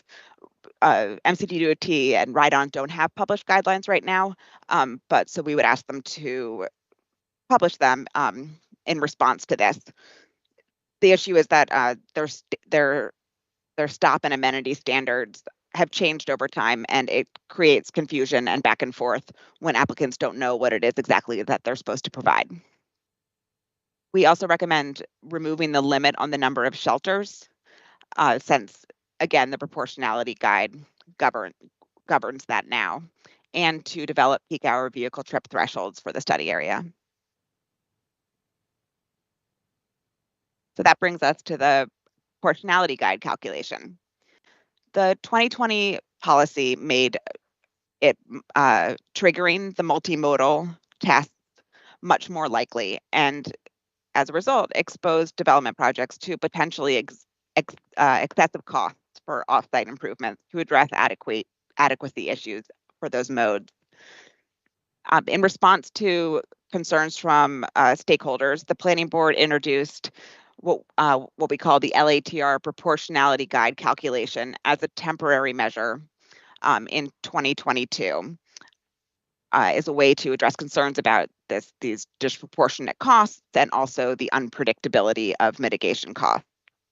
The current calculation multiplies the full extent of development by the orange policy area impact tax rate by a policy area non-auto driver mode share goal metric. While this calculation has made costs more predictable, it continues to generate disproportionate and sometimes excessive costs for some projects, and staff believes that it needs further evaluation to ensure it appropriately accounts for impact. We recommend developing a new formula as part of the LATR update. We will coordinate with MCDOT and other stakeholders to develop this new calculation. The new calculation would multiply net new development by a trip-based policy area rate. Net new development is total development minus existing use. The idea there is that existing use has already received adequacy approval in the past from the planning board. The trip-based policy area rate would be based on the impact taxes for the particular policy area. So right now, everyone, it's based for everyone off the orange policy area, which is a problem in red policy areas. So this, in this new formula, the policy area you're in is the rate that would apply as kind of this base rate. And it takes that and then standardizes the cost of a trip by land use. We plan to do this as part of the LATR update, which we will be bringing back to you in December or January of this year or 25. But we'll keep you updated along the way as we develop this. The next few recommendations address LATR exemptions, and The first one being affordable housing. Today, transportation mitigation payments are waived for affordable housing units. This means that affordable housing units are, transportation mitigation payments are waived, but construction for mitigation construction is not waived for affordable housing. The policy only allows payments in lieu of construction when the construction is infeasible. So this means that affordable housing projects only receive relief if the desired improvements are infeasible or not constructible. We recommend exempting affordable housing units from offsite mitigation construction as well. This would be done as a proportional adjustment. So if you had 20% of your units were affordable, you would receive a 20% reduction through the proportionality guide. Next recommendation is to exempt multifamily units with 3 or more bedrooms from offsite mitigation, both the construction and the pavement and payment. Thrive Montgomery 2050 recommends enacting policies that encourage the construction of housing units with multifamily buildings that are suitable for families, and this is one way to help encourage production of that unit type.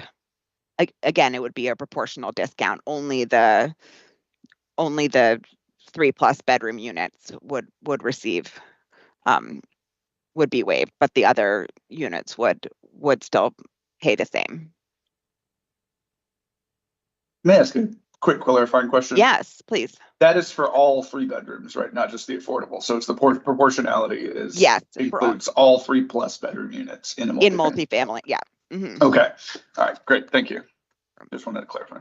Thank you. Next recommendation is for daycares.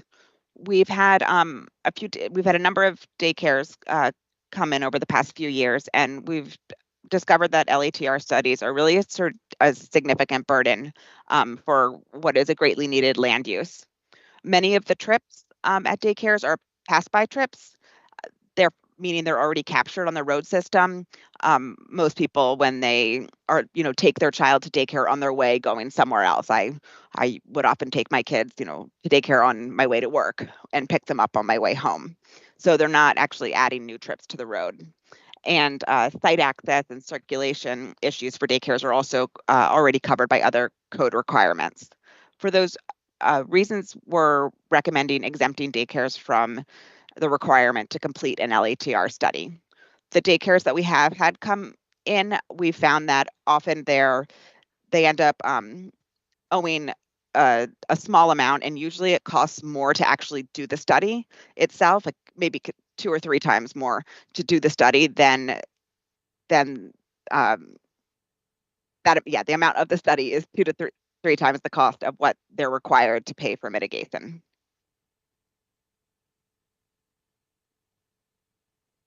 The next exemption is for bioscience facilities. The 2020 GIP exempted bioscience facilities from LATR studies. The idea is to get faster approval for these types of facilities. However, for LATR exempt projects, a building permit must be filed within 3 years of plan approval. The current exemption expires in January 2025, and we're recommending extending the exemption to January 2029. Next recommendation has to do with impact tax. Developer-built improvements can receive impact tax credits for constructing transportation improvements that reduce traffic demand or increase transportation capacity. The code says a few different things right now. It's a bit confusing, but in practice, only improvements enhancing regional transportation can receive credit. Many pedestrian and bicycle projects and safety projects, such as traffic signals, along with improvements along state-owned roads, cannot receive credits against impact taxes. Our recommendation is to update the code to provide more clarity and to expand the availability of credits to cover more projects that improve transportation adequacy and safety, and also to allow credits for improvements on state roads. Our main goal is to create a fairer and more equitable development process. We've heard concerns from the executive branch and from our colleagues at MCDOT with concerns about how this would not only affect impact tax revenue, but also their own internal work processes. So we will be working with the executive branch over the coming weeks to better understand the effect of these proposed recommendations and to consider approaches to offset or maintain impact tax revenue.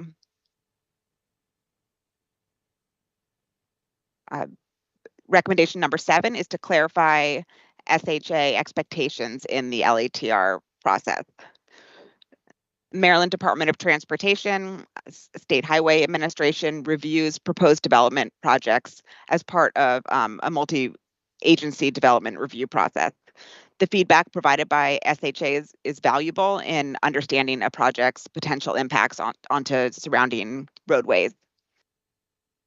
However, there are instances where SHA review and comments diverge from county policy and county guidelines, and these discrepancies create unpredictability and delay in the process. Additionally, SHA's timeline doesn't align with the counties, which makes it very challenging to resolve all comments within our code-mandated 120-day timeline. This creates uncertainty and unpredictability in the development review process.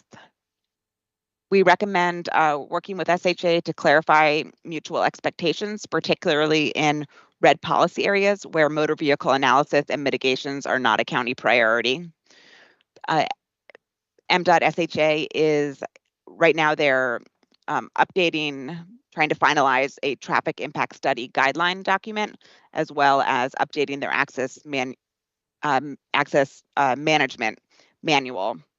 And we recommend that the county should work really closely with SHA while they do that to make sure that it reflects our priorities as well. We also recommend developing standard parameters for synchro and sim traffic modeling in partnership with MCDOT and SHA, and to include those in the LATR guidelines. Number 8, we're getting towards the end. Yeah, wasn't it part of the development review process that now is a bill in Annapolis that a state review time to be in line with counties? Yes. So why do we have to change this? Because it's going to be a bill that they have to do it. I'm highlighting that this is something we heard a lot from our stakeholders, so I'm highlighting it as a concern, and it was raised in the development review work group as well. Yeah, it's a bill right now, I think, isn't it? But they may or may not pass it too. That bill may not make it out of the session though. So we're not knowing what the status of this will be. I think we can continue to maintain a recommendation like this, and it could always change by the time we adopt your version of or your recommended version of this plan. Yeah. Okay. Recommendation number 8 of 9. So we're getting there. Create a repository for fee in lieu payments. As we've discussed, developers can pay a fee in lieu of construction when LATR mitigation projects are impracticable. The payments, however, need to be spent on similar improvements within the same policy area or within an adjacent one for red policy areas and orange town centers. However, these small amount of money attached to discrete areas makes tracking, budgeting, and spending it almost impossible. We recommend starting by continuing to limit the collection of fee in lieu payments, and then for times when we need to collect a fee in lieu, to explore options to group the funds with other funds in order to make a more meaningful impact. One alternative would be to create capital budget projects for each policy area, or or to create a singular capital budget project for an LATR participation type project, which would allow the county to extend developer-built offsite improvements, for example, or to build more of these improvements, say, in around an area with a considerable amount of affordable housing. And last but not least, recommendation number 9 is to update the LATR guidelines. After several policy updates, this guide has become difficult to follow in places. It lacks explicit direction for some common challenges, which adds uncertainty and potentially delay to the process. So we recommend reorganizing and updating the guideline with clarity and ease of use in mind. That brings us to the end of the transportation recommendations. I'm happy to answer any questions you might have. Any questions? I have one. Oh, please Are you surprised? So I think I have asked that before. I'm still confused. Is latter recommendation or mitigations is the basis for the offsite improvement? Is that the answer? Yes. Yes. So the multimodal tests that a project goes through is called LATR. So that's a local area transportation review. And the basics of those tests are laid out in the growth policy itself. The LATR guideline document is 90 more pages that really gets into the details, the specifics, so that everyone's following the same procedures in order to document Yeah, I understand that, but that it's supposed to define that what are the impact of the new development to the transportation. Okay, now I'm sorry, I'm going to ask this question. I'm going to ask it again.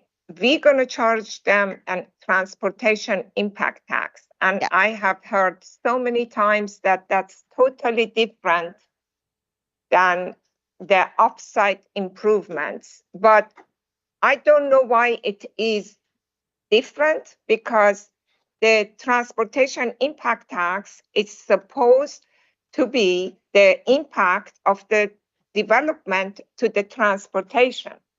And this latter guidelines does the same thing. So could you explain to me that why these two are different, and why can't they be, again, simplified as one?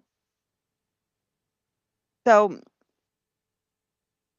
with the offsite LATR, that comes down to specific projects, and it's trying to make improvements to physical infrastructure near the development site itself. So to use the 9801 Georgia Avenue as an example, one of the conditions improvements was I think 2,500 feet of sidewalk along Forest Glen Road. So that's really dealing with and also a new traffic signal for access. That would cost close to maybe $1 million additional. And then they, on top of that, they're paying another impact tax that it's supposed to be the impact of the development to the transportation. So although it's called an impact tax, it really it's charged to everyone, and it is based on the size of your development and also where you're developing, but it's more of a way to fund regional capacity projects. So the list over the years has changed as to what can be funded with this tax, but right now, if you look at it, there are BRT projects on it. There are some like longer bikeway paths. So it's more about creating capacity countywide. I know, but this is I am not sure. This is the dilemma that I have. I understand you say it's regional and then closer. The same thing with the school that we said is regional and then is closer. This is what I would I do not know if it is a common practice that all the other jurisdictions, they have these all different layers of fees and taxes. Why can't we somehow combine all of these and have one and something that is transparent and is reasonable? And also, you see, the more that we add these layers together, the more it's going to make it more expensive for development, and the more the value of everything else is going to go up, because developers are here, they have to have profit. So all of these layers of taxes is going to be transferred to the consumers. Yes. That was my comment. So just to chime in here, just as a reminder, the a preliminary plan cannot be approved per the code unless there's adequacy here for transportation. We do certainly understand that there's concerns from the development community about fairness, about reasonableness, proportionality. We're trying to address those comments through this current round of the update to the county's growth and infrastructure policy, but it is required that we have an APF finding, and that's what the LATR guidelines ultimately is. I understand, but we are right now doing all of these revision to the, growth and infrastructure policy, and this is the time that we could take care of some of these issues. I understand what you're saying, but there are ways that we could make it simpler and we could make it more affordable. So I think we are in some ways in terms of looking at the proportionality to guide. Again, that kind of talks about the highest limit, and that was, some of the thinking behind, the highest limit of what a developer would be expected to pay, and then a recommendation about applying more credits as well. That was about, having a kind of a fairer system with more predictable costs. I hear what you're saying about all the different impact taxes, and I think that, I know the county executive has talked about this about impact taxes, and I know council has been discussing it too. There is state legislation to allow the county to be able to set up taxing districts, which some people have suggested could be an eventual replacement for impact tax. So it's definitely like a larger county conversation, just not one that that's kind of going on elsewhere too. So within that context, we're making these recommendations. If I might, sort of just add, on the nature of the scale of what we're able to affect within the growth and infrastructure policy is, we can say something like less than 100 trips, you don't have to do an LATR. Yeah. What we can't say is you don't have to do an LATR. Yeah. I am not saying, and that's, I'm not saying that. I'm saying that we simplify the LATR. I never said that. Actually, it has to be done because it's extremely important. Actually, one of my question was for those exemptions, the impact is going to go on the development, the new development, because the traffic would be there. They come, then they have to do offsite more mitigation. So the more we exempt some of the development, because it's still going to be traffic, it's going to move the burden to the other ones that they don't get exemptions. That's how I saw it. They're going to have to carry some of the exemptions. But the idea is that if you look at it, we are asking them to underground the utilities, to dedicate the right-of-way, to do offsite, and all of these things is going to get to a point that we are not competitive anymore. I think it's worth, this is Eli Glacier, acting transportation supervisor for the record. I think it's worth, understanding that the recommendations that Ms. Buckley has shared really reflect all of the principles, Commissioner Peduim, that you shared, this idea about fairness, about reducing the burden and right sizing and making more proportional the requirements. I think the recommendation about reducing the study areas for some of these tests is something that will save significant costs for projects while not reducing the ability for the board to find adequacy throughout these projects. And I really do think the updates that are recommended to the proportionality guide will also right size the mitigation and requirements for projects based on their likely impacts. So I think everything that you said, we've heard from people in the development community and other stakeholders. And this policy, we're not creating the LATR guidelines from whole cloth here. In many ways, the recommendations that we're advancing today are a refinement of what was introduced in the 2020 GIP, and a realization that several of the recommendations there may have gone too far in a certain direction, and that may have created challenges for additional development in the county for moving forward beyond just the adequacy necessary for that development to proceed. So we hear you, and we really do think that these recommendations are responsive to those issues. Right. So one thing, by taking out the person trips out of the count, that helps. I mean, so some projects won't even trigger it now. You know, Yep. once that. So I think a lot of you're doing in this is moving in the right direction. So I appreciate that. So Thanks. yeah, please go ahead. Yeah, kind of on the, I wanted to ask, without bragging on this part of the conversation, and certainly with a huge amount of understanding that we don't want to kind of make it more complicated or add even more costs. I wanted to ask a technical question about the trip-based approach and whether it sounds like perhaps there was some consideration to moving away from trips, especially peak hour trips, and toward vehicle miles traveled as the evaluation unit. And I think that, it's complex and it probably wouldn't necessarily, the trip-based approach is we're using it in a lot of different ways for a lot of different, even though it's just vehicle trips. Vehicle miles traveled in some ways can be a more full accounting of impact.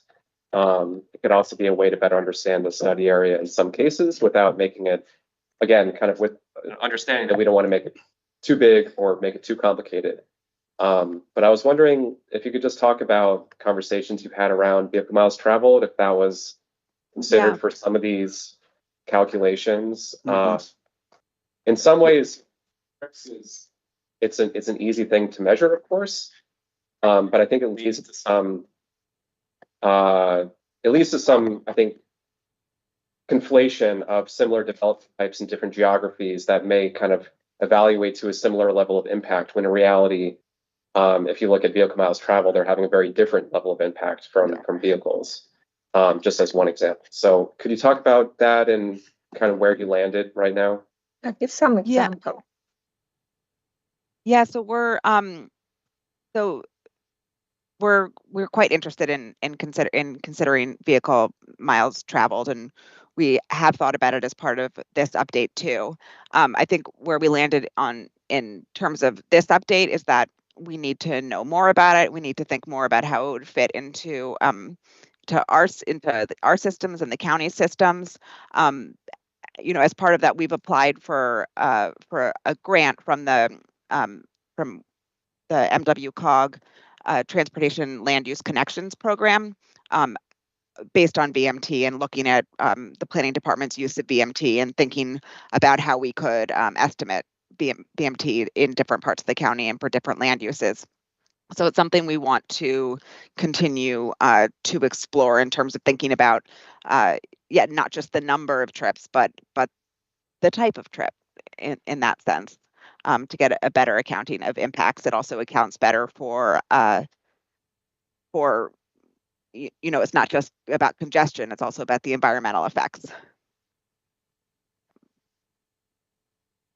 I'm happy to hear that you're interested in, and we're eager to look more, to investigate it further.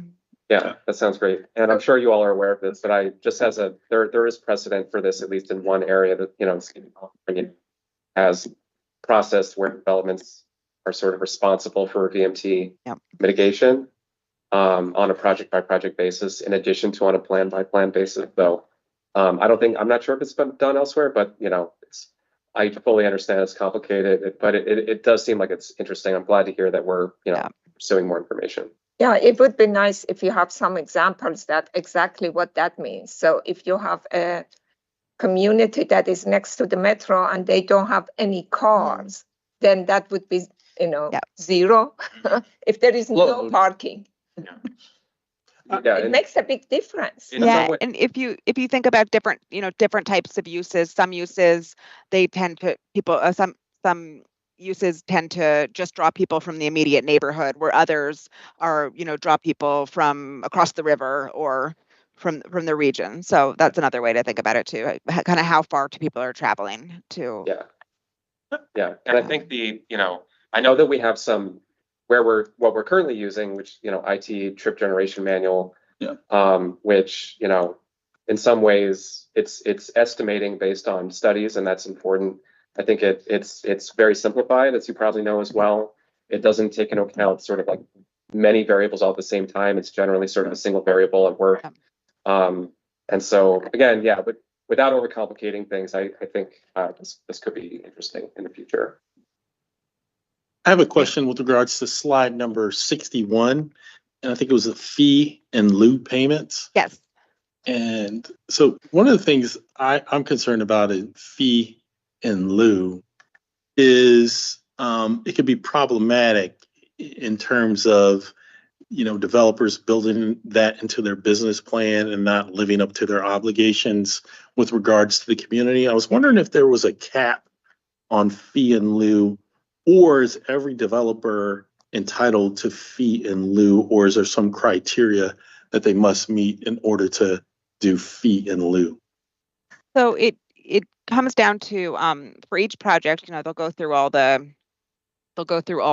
tests and to find deficiencies. And our staff, as well as MCDOT, we really prefer that the developer actually construct an improvement. But sometimes that doesn't make sense. To bring it back to 9801 Georgia Avenue, for the sidewalk, in that case, it was conditioned so that the applicant would pay that money to the county, I think, because there's already a sidewalk CIP and there's already a project in place to build that sidewalk. So this would be either be adding to it or supplanting that money. So it makes more sense for the county to continue leading that project versus the developer to build it themselves. But another example.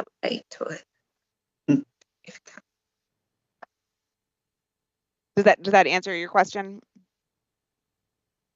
It does and it doesn't, but I was wondering if there's a cap, like for a specific policy area, because Mr. Glazer's pedestrian master plan and getting those things implemented, I would hate to have a situation where somebody could do fee and lieu instead of like putting in sidewalks, bike lanes, lighting, that kind of thing, and get around it.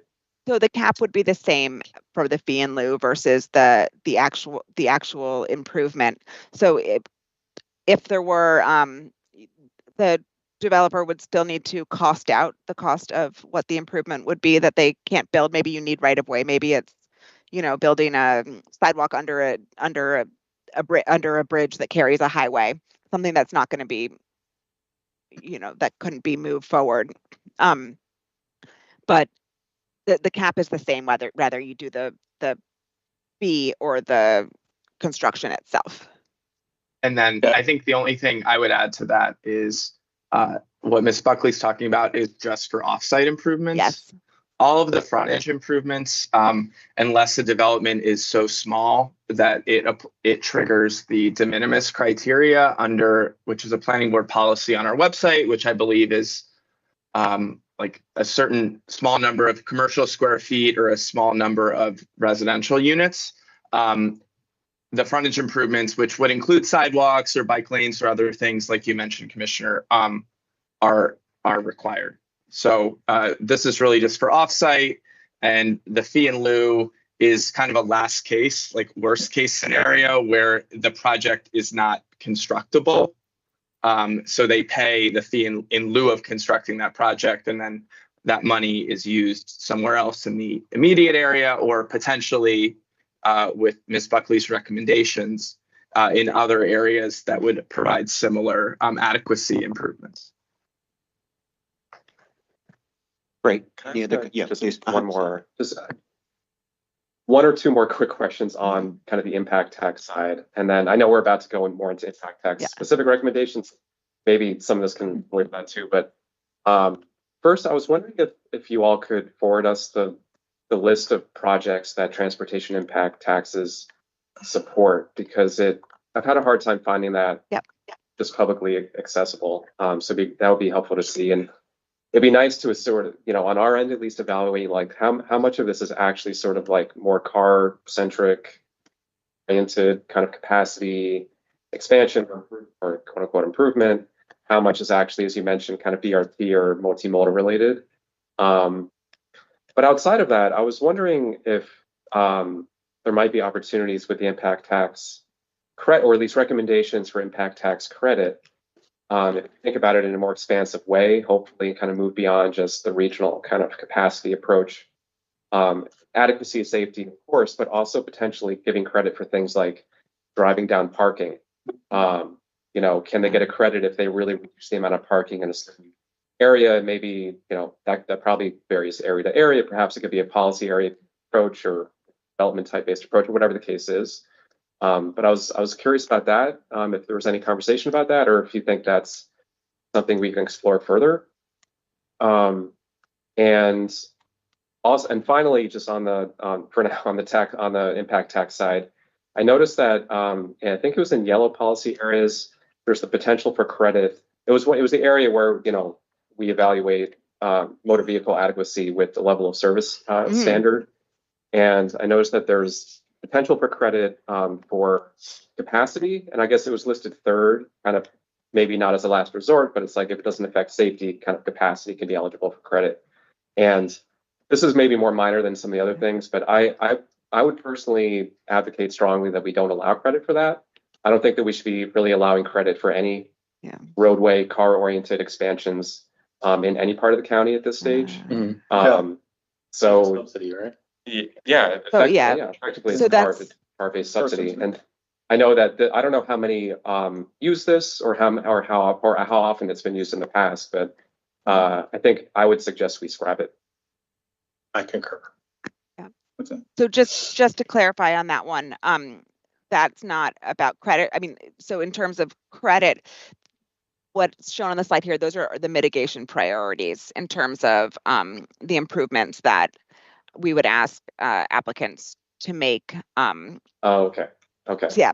So, and if it's rare that a capacity improvement is made. If looking at we looked at the last 3 years of mitigation outcomes, there was one traffic signal, which is from 9801 Georgia, and there was one a turn lane that was added. Other than that, there haven't been capacity improvements conditioned. Okay. Yeah, thanks for clarifying that. That's I'll make to know. I still think that we shouldn't even list it as an option for folks. If it's not often used, let's not even signal to them that this is sort of a county priority in any sense.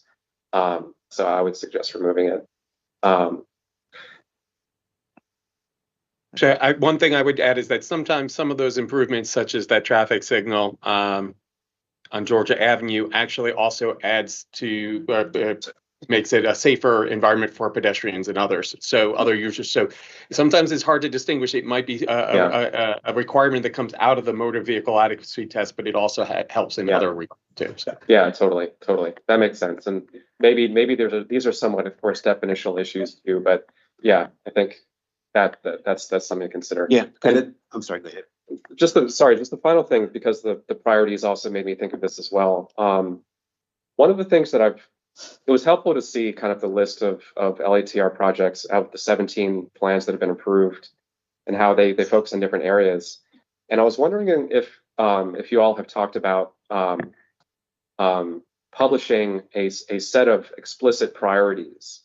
So instead of having, it makes me think of sort of the incentive-based zoning conversation we've had, recently too, the points-based system, where currently it's like you can pick from any of these boxes, instead of kind of us, telling folks, applicants, like, here's kind of our priorities in different parts of the county. Is it worth considering LATR explicit priorities for mitigation projects in different policy areas, or just generally in different areas, or for different development types, instead of, and I know these are conversations it's kind of an ongoing conversation, negotiation, but in terms of signaling to applicants, like, here's what we're looking for in different areas, is that something that you all have talked about? We have heard requests for that, like as part of the LATR guidelines, and that could be something that we could look into more. There is some prioritization that's already given there, but I think there are opportunities to address it more explicitly. But isn't it that it has to stay in the same policy area, because of that defeat the purpose of the offsite improvement? My understanding is that offsite improvement is specific to that region, and then impact tax is all regional. So if we want to charge them or ask them to do offset improvement, I think that it has to be in the same vicinity of the development. It does. I was taking the question to mean, like, do you prefer do you prioritize a curb ramp versus a bike lane versus a sidewalk? Oh, okay. I got it. Okay. Yeah. I just want to chime in there just for a moment. As Darcy said, we've heard this comment from a number of folks. We have considered it in the past, I think, and we can continue to consider it. We're happy to talk about it with members of the development community and also our partners at SHA and MCDOT. I think sort of the issue that we keep coming back to, though, is it's so case by case. Every site is different, and there's different priorities for different sites.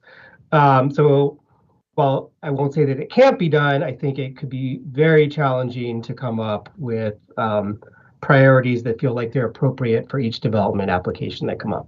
But we'll look into it. I'd also add, I guess, if we think about all of the tests that make up the GIP and the transportation adequacy section, they're all important. So the walking section has 3 separate tests: the bike test, the bus transit adequacy test. I think if we get to a place where we're saying in certain areas we are really only interested, or we would prefer pedestrian, like clock improvements over street lighting or what have you,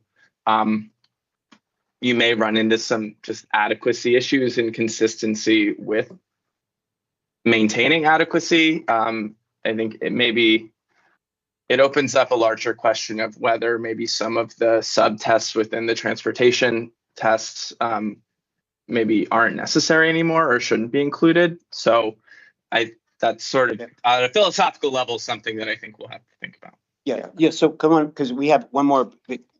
Just very small, okay. Very small. When you do this adequacy test, do you consider all the proposed projects in the CIP?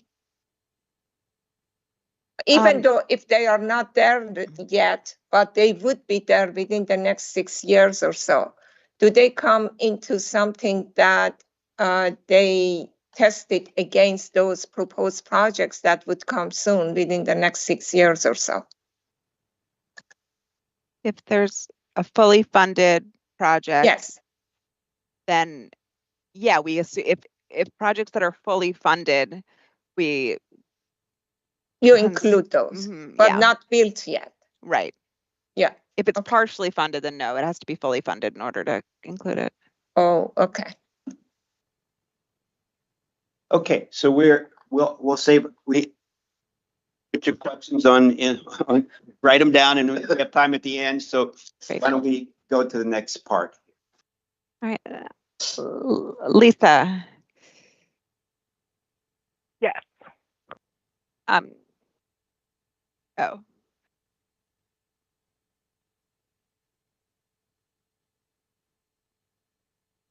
Lisa, do you want to take control over the slideshow? If you don't mind clicking through it for me. Sometimes that take control button doesn't quite work. And so hopefully this is that we're getting into the home stretch. We're going to talk a little bit about impact taxes. And I want to again state that impact taxes are not necessarily part of the GIP, but they are closely related. In 2022, we like to say that we right-sized impact taxes through a series of changes that we made.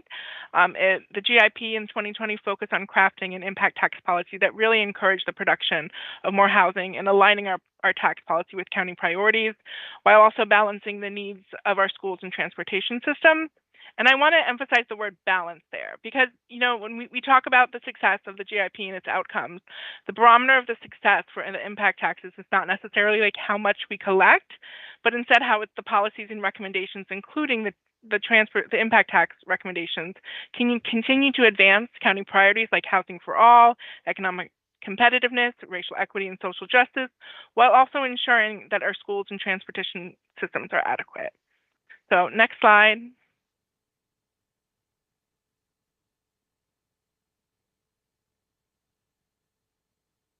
So I showed this graph with impact tax revenue to really highlight the unpredictable nature of the impact tax revenue. It's often very cyclical with low and high years. The impact tax collection is dependent on a lot of factors related to the cost of building housing. They are one part of the complicated equation that determines if housing will be built or not. And planning staff were sensitive to the importance of development provided transportation and school funding.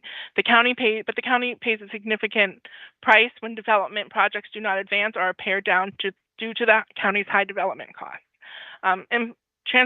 Impact taxes recommend approximately 4% of the transportation capital budget and 7% of the school's capital budget.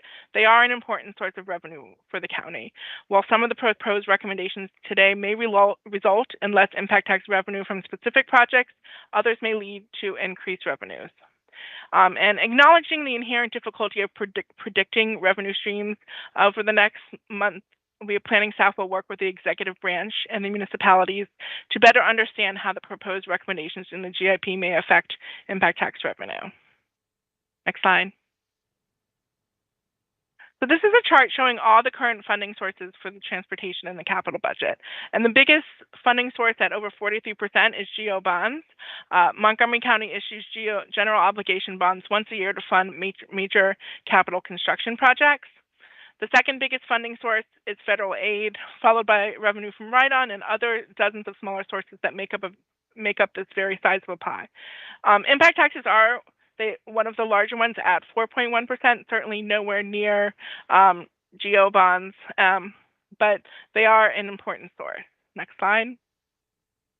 And this is just a chart showing the current funding sources for the capital budget for schools. The biggest funding source here is also 38% at GO bonds. And the second biggest funding source is the recordation tax at 22%, and the recordation premium adds another 3%. Ms. Beck talked earlier about the recordation tax. So one of the things that we recommended in 2020 is, knowing that we're seeing a lot of impact on enrollment from the turnover, a recordation tax which is paid at the transfer of a deed, we recommended that be increased, and the council eventually did take that up and pass it late last year. And then there's also state aid at 20%, and current revenue is about 8%, and after that is impact taxes at about 7%. Next slide. So I think this is the slide that I was alluding to earlier. Recent policy updates, they have applied a context-based framework to the impact tax regime that helps focus growth by introducing transportation policy areas and school impact areas. And here we see the total development fee range by county. So adding up all the different types of fees like schools, transportation. Some jurisdictions have other fees for things like community college, our police, our parks, into a total range that is based on the different determining factors that we see across jurisdictions. Keep in mind that there's a lot of exemptions and policies that vary widely across jurisdictions, so this is very much a simplification. But one thing you notice that I think is probably the biggest thing is that Montgomery County has the biggest range of impact taxes. Darcy, can you click? It's from our multifamily high-rise units in the red policy area and infill impact areas in places like Bethesda to single-family detached units in the yellow or green policy areas and our turnover impact areas in places like Damascus. We have crafted an impact tax regime where the type of housing and especially the location of the housing impacts the amount of impact taxes that are charged. And I also recognize the obvious here, that our impact tax are the highest, some of the highest, if not the highest in the state. But I do want to emphasize that they are highest for those detached units in the yellow and green policy areas where they're far away from existing transit and existing infrastructure largely.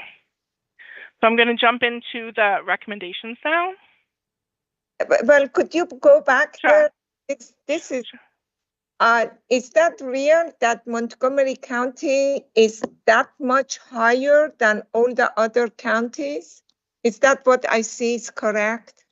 Yes, it's a simplification of the data, but generally that's something we've been told and that we have found that we have some of the highest impact taxes in the state. This is much, much higher. But I do want to emphasize that it's, if you look at our multifamily and our high-rise and red policy areas, those are in line with other counties in the state. But it's that single-family detached and that yellow and green policy area where you're farther away from infrastructure and transit services, where you're paying the most because you have the biggest impact on the infrastructure. So I'm going to just jump in for 1 second. I think it's, along the lines of what Lisa was just saying, it's really important to note that while the range is quite large, I think we all agree with that, this is really sort of stressing the county's policies and priorities, right? Multifamily high-rise in red policy areas and in infill impact areas are very competitive with other areas, because that's what the county has been trying to prioritize. Yeah. And for several years, I was just going to add that. Go ahead, Jason. For several years, the majority of housing units that we've been seeing built in the county have come in the form of multifamily. Do you have it compared to our sister cities in Virginia? I'm really interested to see that. I love that you asked that question because that is something that we have struggled for. They have a proffer system, so it's really hard for us to figure out how much they pay. I mean, generally, word of mouth, we hear that they are lower, but there's a lot more things that are dependent on what they pay over there. I think they're commercial. Well, it's the perception. My God, I heard it so much. How much? And commercial taxes. They have special taxes. Commercial versus. Yeah, so why don't you keep going, Lisa? Sure. Next slide.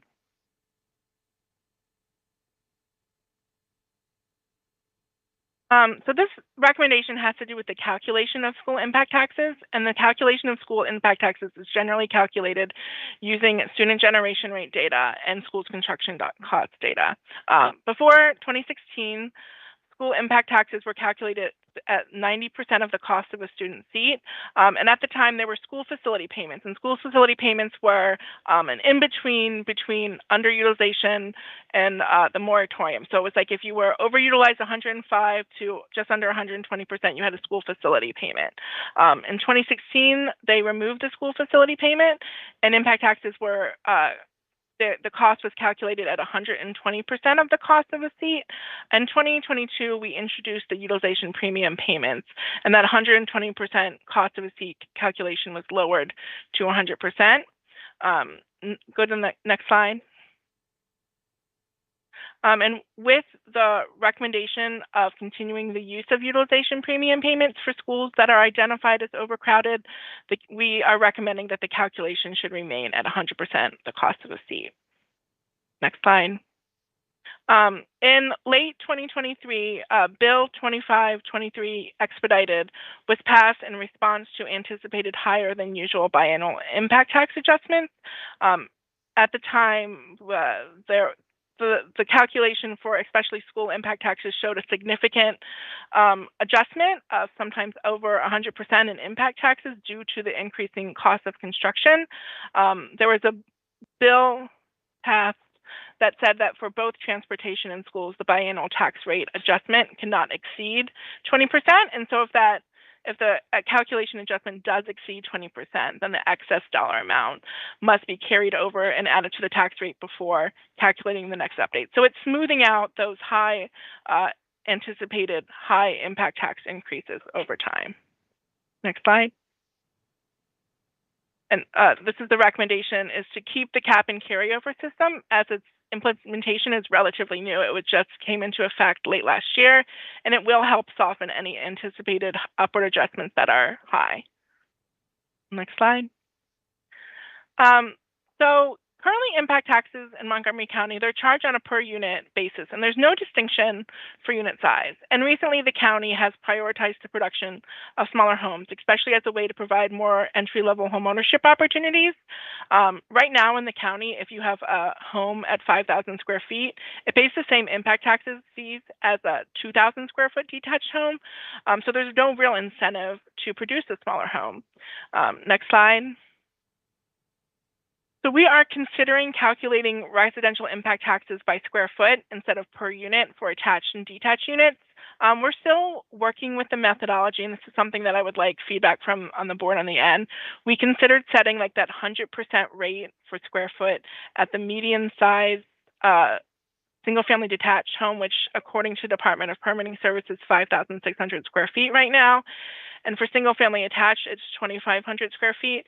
But as you can tell, generally the attached rates are much higher than the detached rates, and we think that that might create like an inverse incentive to produce bigger detached homes compared to a single-family attached unit. So we are still working through the methodology, but we think this would be a great way if we could figure out how it would work to change how we calculate impact taxes for residential and detached units. Next slide. This is just for the attached or detached, but right. Is it going to be the same for multifamily also? No, because we want family-sized units in our rental building, so it's kind of like we want different to advance different policy choices for each, and we'll actually have a recommendation that touches on that in a couple of slides. Okay. Ms. Beck touched on this earlier. So as the planning board knows, you're currently reviewing the Attainable Housing Strategy Initiative report, which hopes to make it easier to build housing types beyond the typical single-family attached, detached, and multifamily high and low-rise unit. And relatedly, 2/2s and stacked flats are becoming increasingly common in the county. Our zoning ordinance classifies them as multifamily low-rise structures, and for calculating student generation rates, they are classified as such. However, their student generation rates resemble the typical single-family attached unit in the county more so than a multifamily low-rise. So next slide.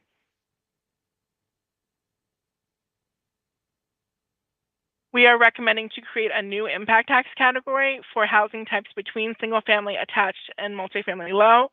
This potential category could be starting to be calculated using the SGR data for stacked flats or 2/2s, as Ms. Beck has been visually pulling those out of her student generation rate database. Next slide. So the next recommendation number 5, has to do with enterprise zones. The Maryland Enterprise Zone Program designates areas of the state meeting certain requirements as targets for employment growth. Property tax credits are also available for businesses that hire new employees or invest in capital improvements. The state's designation of enterprise zones expires after 10 years.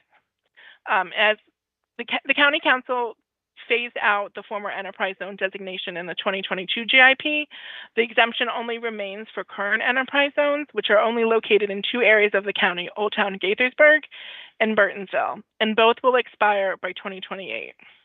Next slide.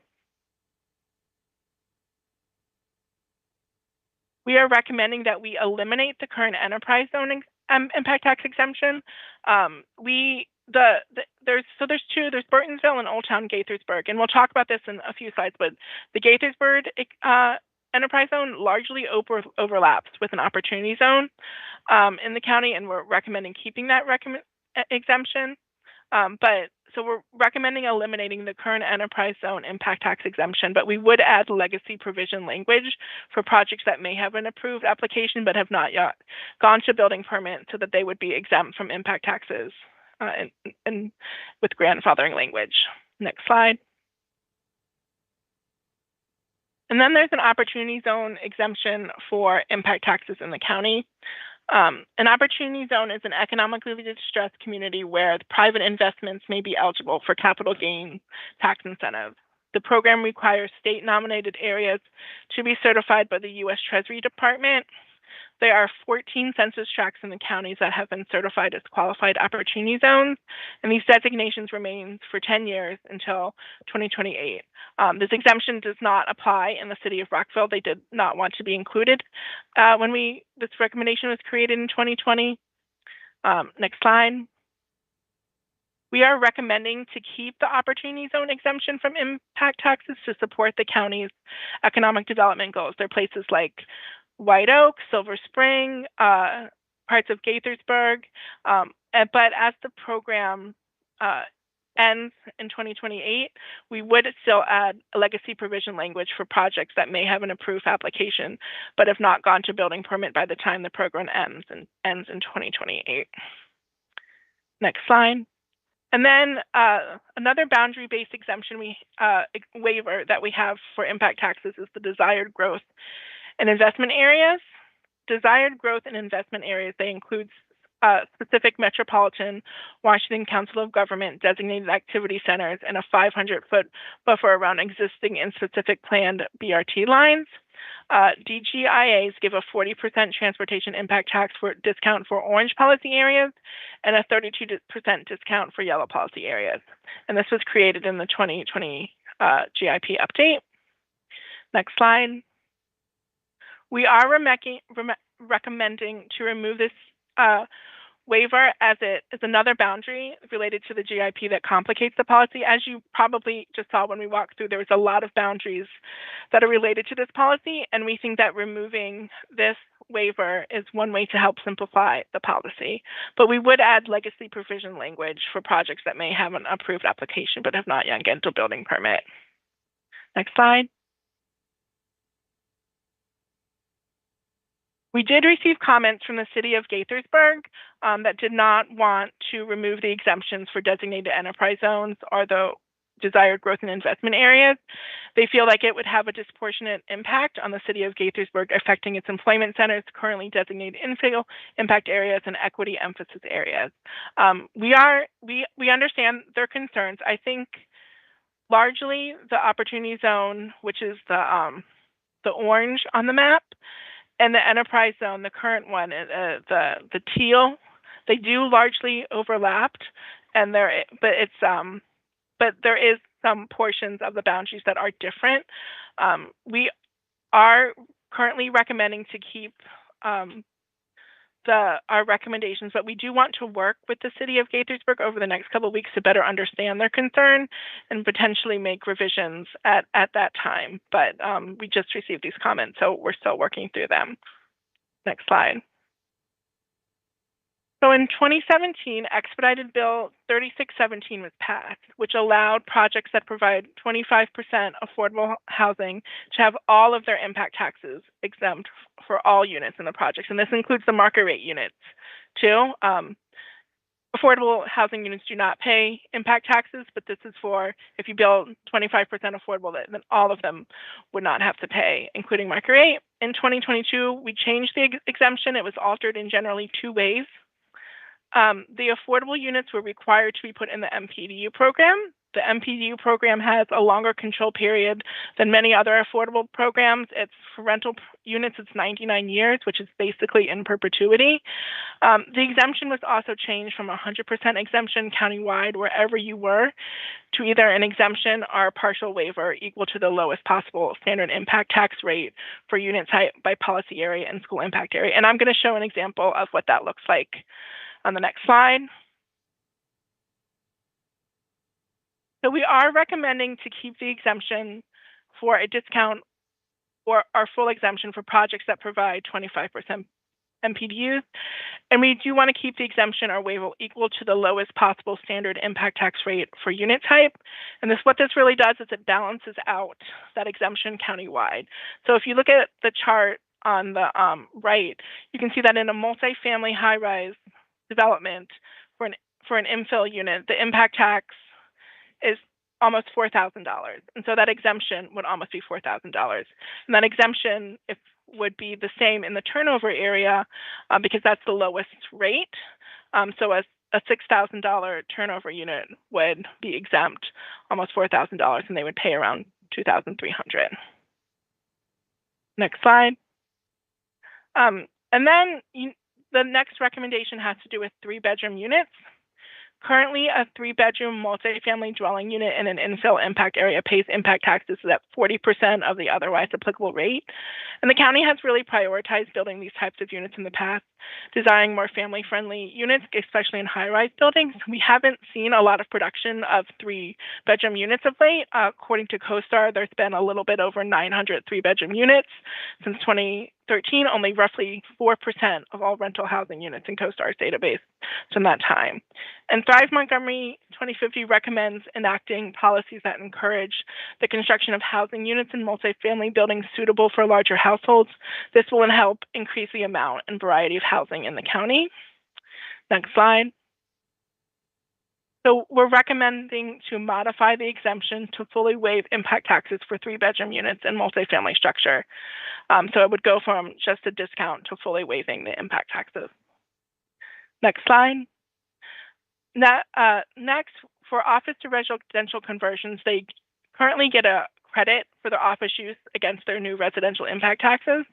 The county has a very high office vacancy rate, and converting office to residential is difficult and expensive, and we think that we want to make it easier to convert these types of units. Next slide.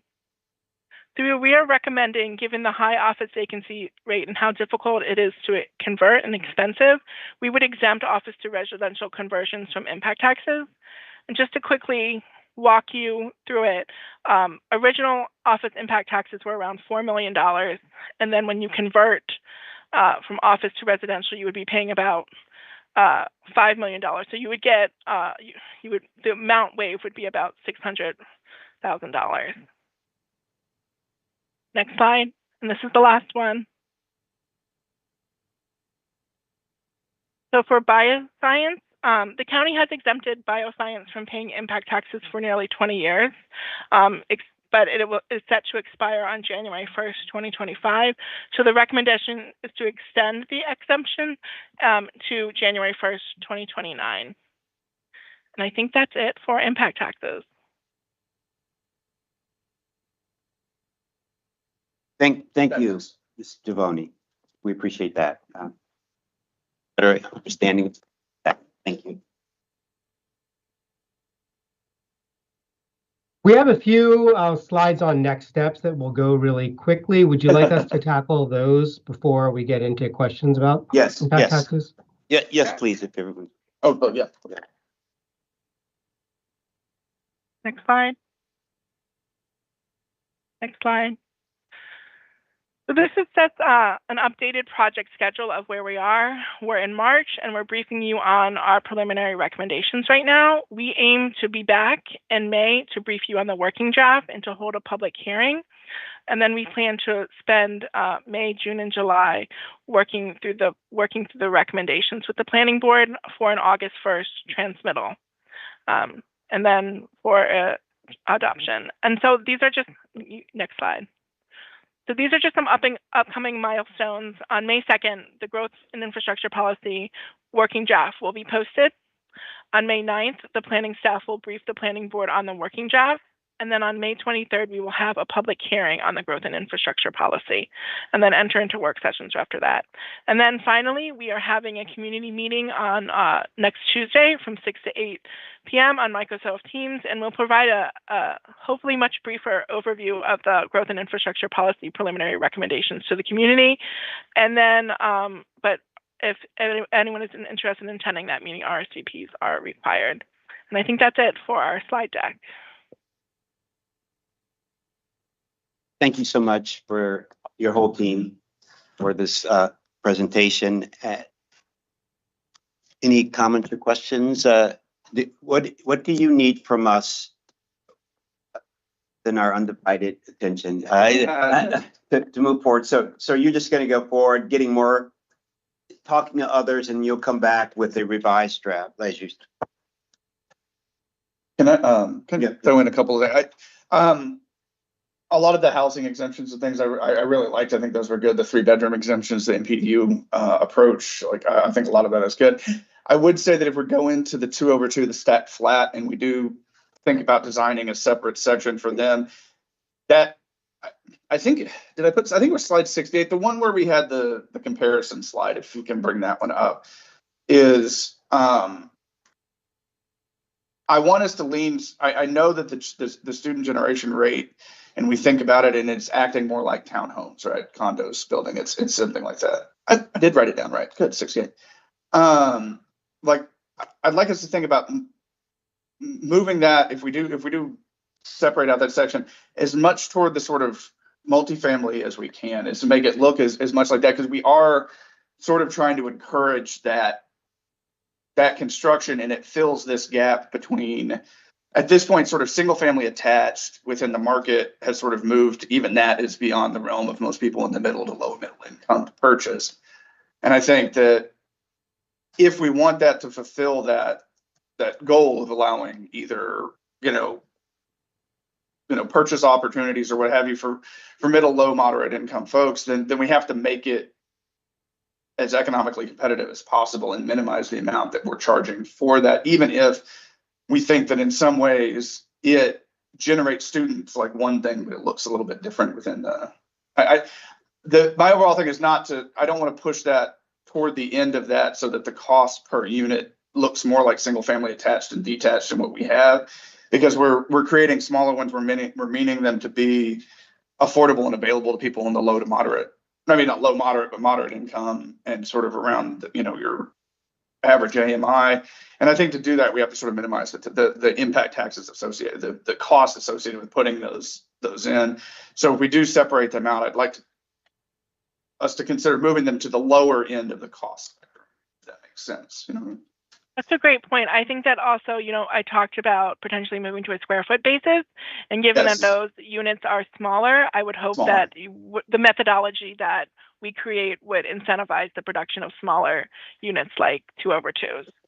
Yeah, and I think, and that was actually the last thing I wanted to mention was that square foot basis I think is huge, because when we looked at median, I didn't write the slide down, but the median size is a 5,000 square foot place. That's not a home in which that amount of tax increase is going to have that large an impact on the other. Right, because that's a mansion. That's a huge friggin' house. Yeah, it's 3 times the size of my house, at least.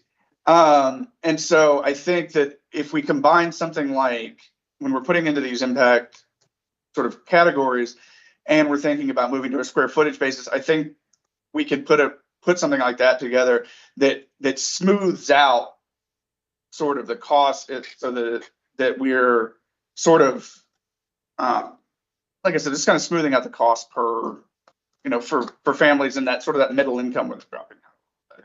And so I think that square footage is a huge factor there. Yeah. I think that's a big one, and I'm glad that was included as well. I think that combined with sort of this categorization can really help sort of spur some of that, incentivizing some of that type of development, or at least I hope it will. It's kind of like little bits. But thank you. Yeah, absolutely.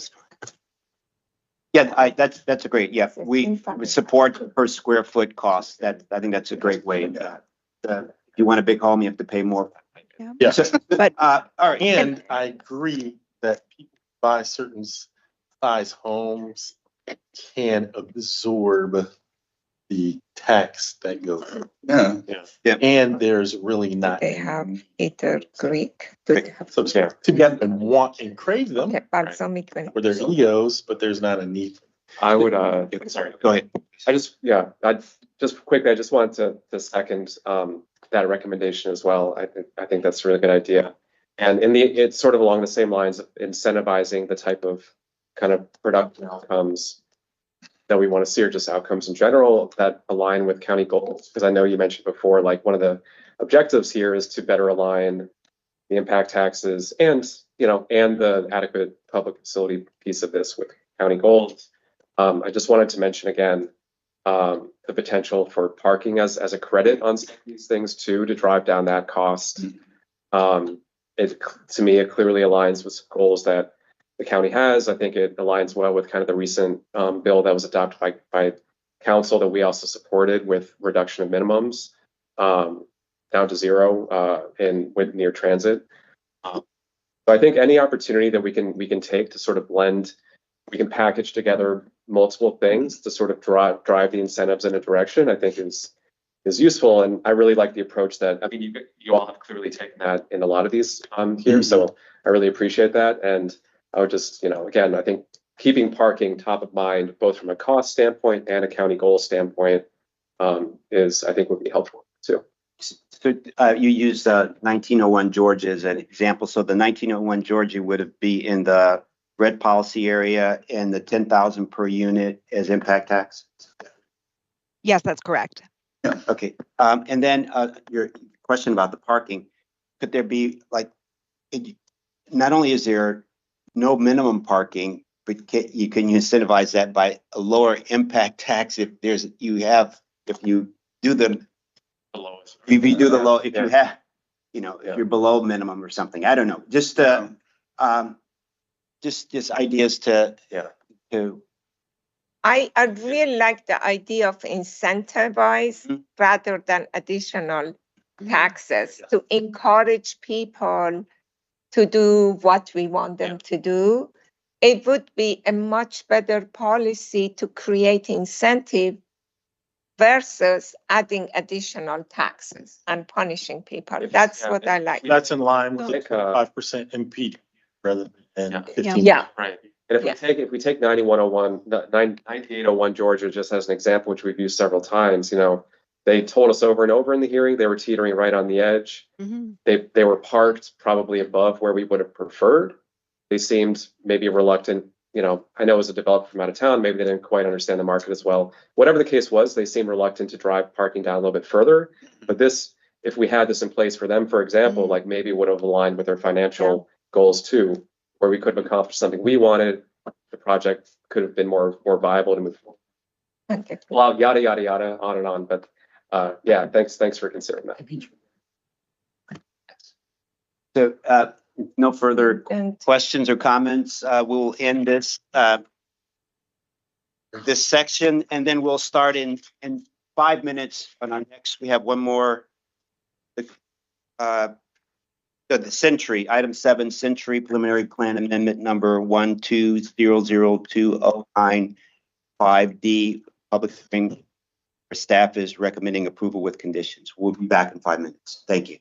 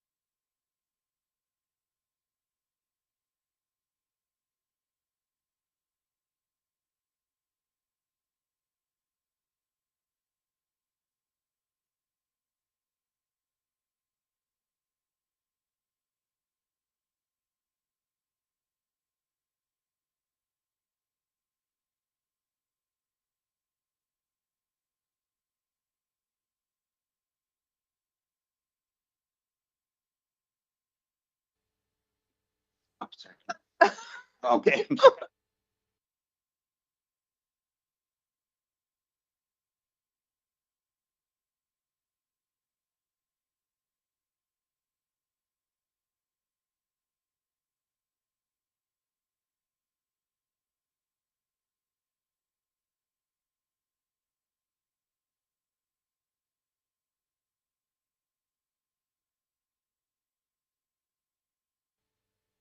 Good afternoon. We're on item number 7, Century Preliminary Plan Amendment number 1200209 public hearing, where staff is recommending approval with conditions.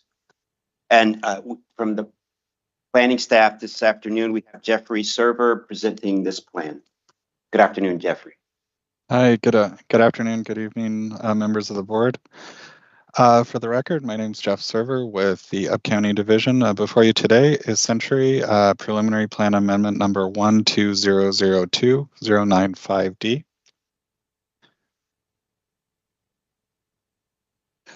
Staff recommends approval with conditions of the preliminary plan amendment. The amendment seeks to subdivide an existing lot into 2 lots for a new life sciences and research and development building while maintaining the existing Thermo Fisher facility.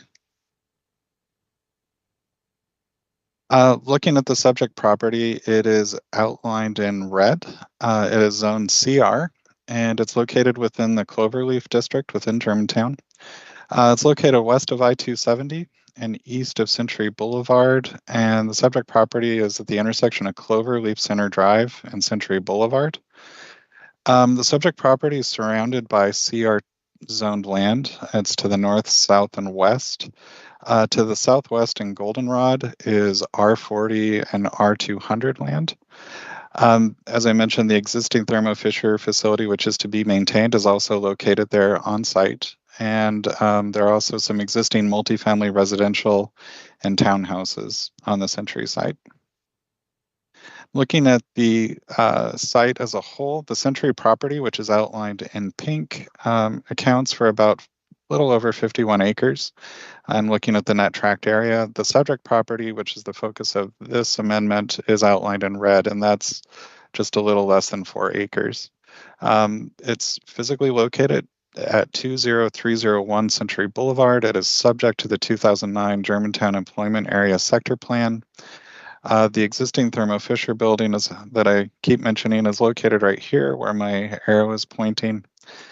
And the site's bounded on all 4 sides by different streets. So you have Century Boulevard to the west, Stoll Run, which runs along the eastern edge, Fairchild Drive, which is along the north, and then Cloverleaf Center Drive, which is to the south. And the subject property is located within the Little Seneca Creek watershed.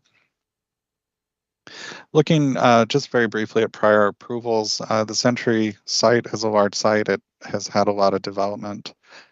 Phases 1A in blue and 1B, which is in sort of an orangish color, account for that multifamily residential and townhomes. And then phase 1C was just approved this past summer, 2023, which included multifamily residential, commercial retail, hotel, and some office uses. The applicant has met all the noticing requirements at this time in terms of signposting, mailing notice of application, and to date, there has been no community correspondence received. Looking in more detail at the proposal, so the applicant's seeking to re-subdivide Lot 1, which is what's shown in the image to the right, bounded in the red polygon, and re-subdividing that lot into 2 lots. So you'd have 1 lot that would account for the existing Thermo Fisher building, and that would remain in its current state. And then 1 new lot for the 7-story research and development building, which would account for up to 189,633 square feet of life science and R&D uses. The application would continue to include 10% of the larger tract area as public open space. This application would not change any site access. There are 2 existing curb cuts, one on Fairchild Drive, the other on Cloverleaf Center Drive. They would remain unchanged. This development will need to account for BLTs. Those are to be determined at site plan. Looking at the master plan, this Century property is located within Area 1 of the Cloverleaf District. This is identified with the red star in the image to the right. The overall Cloverleaf District accounts for about 130 acres, and it encourages cluster development at transit stations. It further recommends connecting streets, bikeways, pedestrian routes. It also goes on to encourage the location of the tallest buildings near transit stations within centers and stepping down the heights as they're adjacent to existing residential communities. It goes on to encourage concentrating development near transit stations, having the highest densities near the transit and the lowest densities near the existing residential. Master plan also encourages street-oriented development for the buildings, and then goes on to explain that the ratio of 50 to 60% for commercial development and then 40 to 50% for residential development. This application does help to provide that commercial development, so it does abide by the master plan recommendations. Looking at the frontage improvements, the image to the right at the top is showing the subject property as it kind of fits within the site along Century Boulevard and Cloverleaf Center Drive. The image below that are showing some of the frontage improvements. So as condition, the applicant will remove the southbound right turn lane that's at the Century Boulevard and Cloverleaf Center Drive intersection. There would be a modification to a raised pedestrian refuge island. It would include the integration of a four-way stop sign at that intersection of Century Boulevard and Cloverleaf Center Drive. Would provide an improved pedestrian crossing at that same four-way intersection. It also calls for the replacement of the eastbound right turn lane on Cloverleaf Center Drive that would include a curb extension and grass buffer. And it's also including the installation of conduit for the future traffic signal at Century Boulevard and Cloverleaf Center Drive. Looking at forest conservation, the application satisfies the requirements for Chapter 22A. The line at the red polygon is again showing that outline of the subject property for Lot 1 that's being subdivided. The dashed blue line are showing the approved limits of disturbance that were established per the last site plan amendment that was done over the summer of 2023 for site plan. Looking at adequate public facilities, this application is exempt from a full LATR study. There's a temporary suspension when it does pertain to bioscience facilities, and this is per section 52-39 of the county code. The application will utilize public water and sewer. It falls within the W1 and S1 service categories. It meets all the stormwater management requirements, meets fire access and water supply requirements, and it has no impact on schools. This application, again, is seeking to create a lot for life sciences and R&D use, and then one lot for an existing general and professional office use. Looking at the findings, this application conforms to the master plan. The public facilities are adequate, complies with all the provisions of the subdivision regs. The two lots are appropriate with respect to size, shape, width, and orientation for the proposed uses, meets all the requirements for the CR zone and the Germantown Transit Mixed Use Overlay Zone. It complies with Chapter 22A for forest conservation and complies with Chapter 19 with an approved stormwater concept. Staff recommends approval of the preliminary plan amendment number 12002-095D with conditions. Thank you. Do members of the board have questions or comments? Is it going to talk? Oh, I'm sorry. We have the applicant here represented by Scott Wallace. Would the applicant like to make a presentation? Yes, he would like to talk. Thank you. Again, Scott Wallace with Miles and Stockbridge on behalf of the applicant, Sheridan Road Partners, and the development team. I'm actually in the building, but you're seeing me virtually, I guess. But the development team is on as well. The applicant's representatives, Frank Cohen, Thomas Welsh, Jerry Cohen, Kimberly Horn for civil engineering, and Keith Switzer for architecture and planning the project. So we are generally in agreement with staff's conditions except one, and that's condition 36E. It's the one you've heard about. It was mentioned by Mr. Server. That's the requirement to install conduit at the intersection of Cloverleaf Drive and Century Boulevard. The require a potential light at that intersection, and it's conduit for a potential light. that potential light is generated solely by the development of recently approved. It was identified by Mr. Server as phase 1C of the project, and depending at a certain point of development of that site, there's a requirement to construct the light as a result of an approval for that project middle of last year. So that light is not required, and that as part of that requirement is also to install this conduit.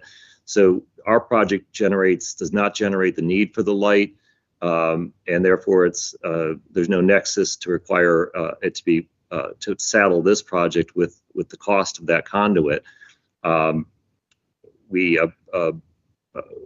therefore we object to that requirement and that condition of approval. It's again solely the requirement of the adjacent property, and it shouldn't be shifted to our project. It's hard enough to pencil out lab projects in this challenging environment, and this cost really just doesn't make it a feasible project, again, given the overall climate for lab development right now. So again, trying to be brief, given your long agenda and your nighttime agenda as well. So that's our one comment about the staff's conditions. So can staff, which property owner has that requirement? Can Jeff, sir, can you talk through that?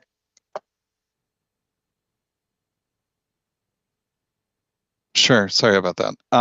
Yes, the phase 1C is Dr. Ghosh's property. So that is what's shown highlighted in green. So here, my cursor is kind of going around the perimeter of that. So yeah, this is Dr. Ghosh's property. As far as the details of that, I'm actually going to defer to Rebecca Torma with DOT, as I believe she's on the call. Yeah. Hi, good morning, or good evening, actually. Rebecca Torma with DOT, sorry. So the property, you can see here, all these phases are one preliminary plan, and the applicant, phase 1C is required to install 2 signals. One of them, that project has not moved forward, and the county has actually gone and installed 1 signal that they were supposed to install up further north. This is Century and Cloverleaf. It was, Jeff, what was the other? It was Cloverleaf and the next intersection to the west of that. Crystal Rock at Waters Landing, I think. Yeah. Yeah, so signal 2 is a temporary signal. When they come in, they will need to install that as a full signal. It's temporary, as I understand it right now. Signal 1 is also required by phase 1C. However, this applicant is requiring to do some traffic calming at this intersection. It was included in trying to remove the hot right, narrowing the roadway, fixing the pedestrian ramps. And so we had requested that they also put conduit in underneath as they do the ramps. If Ghosh moves forward with their property anytime soon, then those ramps that this applicant will upgrade will now have to be rebuilt again by another applicant. And so what we're trying to do is avoid that and have this applicant install the conduit at this time, along with the other improvements. How much is the cost of the conduit? $45,000. Is there any way that they could get credit somewhere else? No, this is not a traffic signal. Is for operations and access, so that pedestrians can cross, but it is not a creditable item. And that's per Chapter 52 of the county code. By credit, but maybe another way. Yeah, another way. If you're saying that the applicant is not required to put that signal there, or you're saying, but they're required to do traffic calming, but not required to put the signal. Is that what you're saying? We, as part of the what we had discussed with the applicant, was the traffic calming and also doing the conduit at this point. But if 1C went forward, 1C would have done the conduit and the traffic, correct? The traffic calming is not a part of the Gauche property, phase 1C. But they would have done the signal, or no? Yes. Yes, that's correct. Could it be that, I don't know if the applicant would accept this, if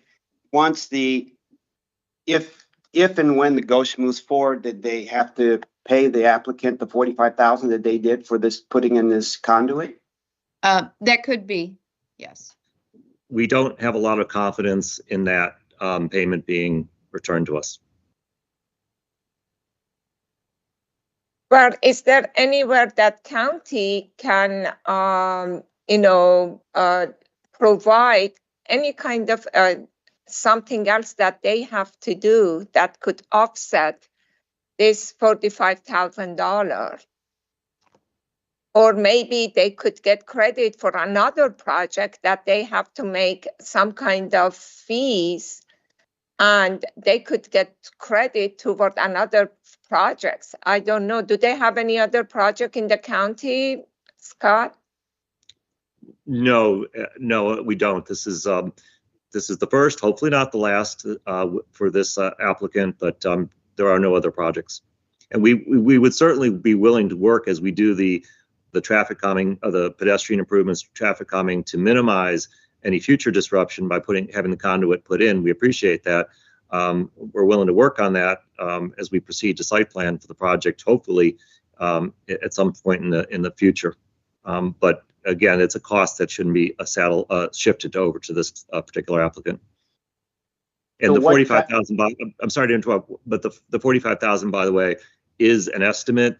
It certainly could be higher as you start designing and engineering and the work, especially with escalating building costs. Yes. That was based on our traffic signal technician that gave us that fee, the amount. So, right. What traffic calming are you required to do that you plan on doing? What does that look like? I think it's probably best if Mr. Server explains it. It's basically there's a road diet proposed to help slow down traffic, and then pedestrian improvements, median, protected medians, things like that. Some of these details we're going to work out further at site plan, but that's generally what we're doing. And again, Mr. Server might be better equipped to describe it in detail. So this is Rebecca from DOT again. They, if you can see on the screen, it shows like little yellow, and there's some green at Century Boulevard. Those are what they're proposing. The curb, they'd put a cutout through the existing medians. They'd make the ramps ADA accessible to today's standards. They'd remove that hot right there, and at Century Boulevard. They'd have to shave down the median, and how they do the curb bump out and removing the hot right is still yet to be determined. Whether it's flex post or pulling out the curb or, those specific details have not been determined at this time.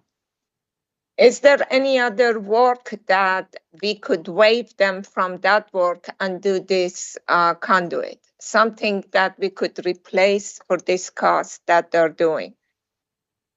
Or something that county can chip in and then charge get it back from the developer that when they come for the other phase? I mean, I'm not aware of anything. I mean, I'm bound by, so credits are bound by the county code, chapter 52. I'm not aware of anything else. You could set a proportionality of what you think the development would go through that intersection, and they could pay a portion of that, but that still doesn't resolve the issue of, if the Gauche property comes in, they put the traffic signal in. And so how is, how do you not disturb the ramps? That was my whole point, was trying not to disturb the newly installed ramps.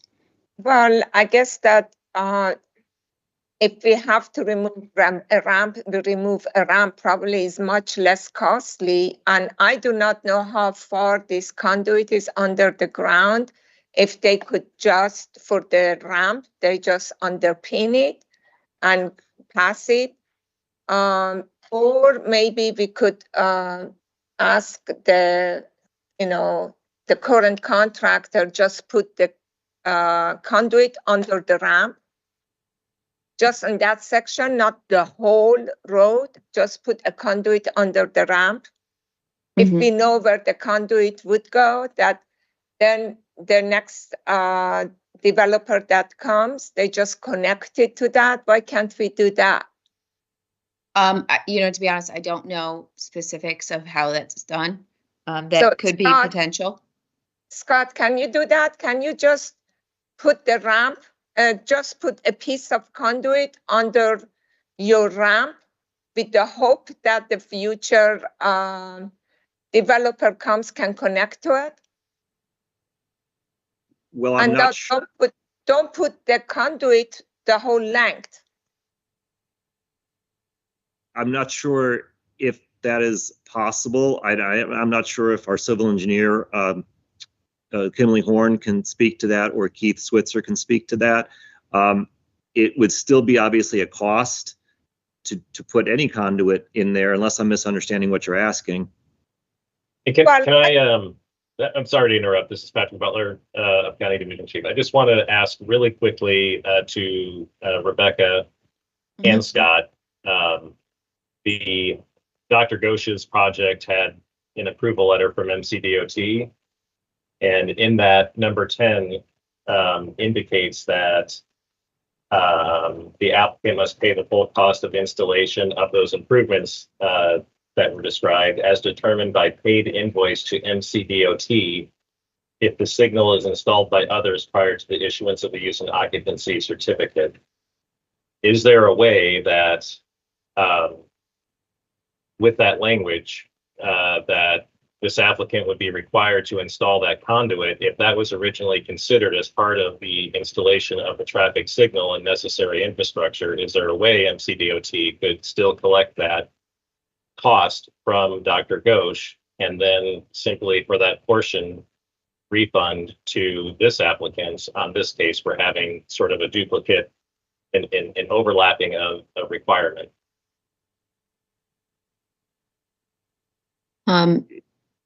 Is it possible? Yes.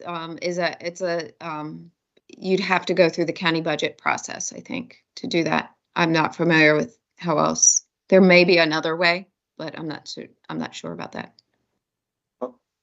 I have a comment. Yes, please. I'm interested in knowing what the link is between this application and the future traffic signal. Where's the connection between this application? There is none. Our traffic doesn't require a light at this intersection. It's only if a certain amount of development and Dr. Ghosh's project is reached would trigger the need. So it's not even the initial phase of his development. So, I can understand it. Any other questions or weigh in? I don't know. Sir, if I may, just in light of Commissioner Bartley's question, I think that Mr. Wallace might have a point. The nexus between this request and this application might be tenuous at best, in my legal opinion. Yep. So, unless there are no other questions, to me, it appears, if I'm wrong, that the applicant was not required as part of their to put this in. Mm-hmm. And I would think that I know we don't want to dig up the road twice. I would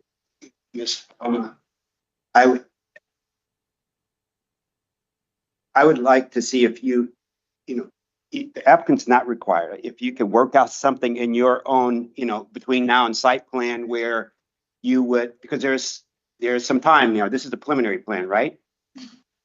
And you work out something with the applicant to either you would refund them for the full cost if you really want them to put it there so that you don't have to tear up the road twice or do something. So, but it appears to me that this is not the applicant's responsibility, but it would be a nice to coordinate with we don't want stuff torn up twice. So that would be my recommendation. I don't know what the So would a potential condition therefore be,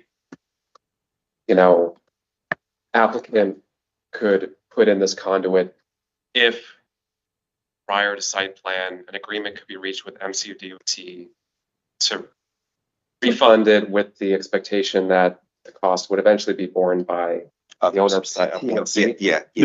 Or something like that, where it's like, put this in if an agreement can be reached that MCDOT will refund and then. And if the other development doesn't happen within 10, 15 years, you have to redo it anyway, the pavement and everything. They don't last forever, depends when the next one comes. So I do agree that the applicant doesn't have to do it. So unless that they get reimbursed, I don't think we should require them to do it. No, I agree. So, Mr. Wild, representing the applicant with that, work with you and your client. I guess I think it does, but I would ask Mr. Cohen, Frank Cohen, if that's acceptable. So it would be to work with the county during the design of the pedestrian improvements. If the county is willing to fund reimburse for the cost of the conduit, that's something we would, if we can reach an agreement on that. Is that acceptable, Frank? Yeah, I mean, so our preference would be to look at it slightly differently, which would be to design the traffic mitigation efforts in a way that reduces the chances of having to cut up add the conduit later and double those costs, right? So that would be our preference if it's sort of getting the same outcome from a different angle. So would that be acceptable?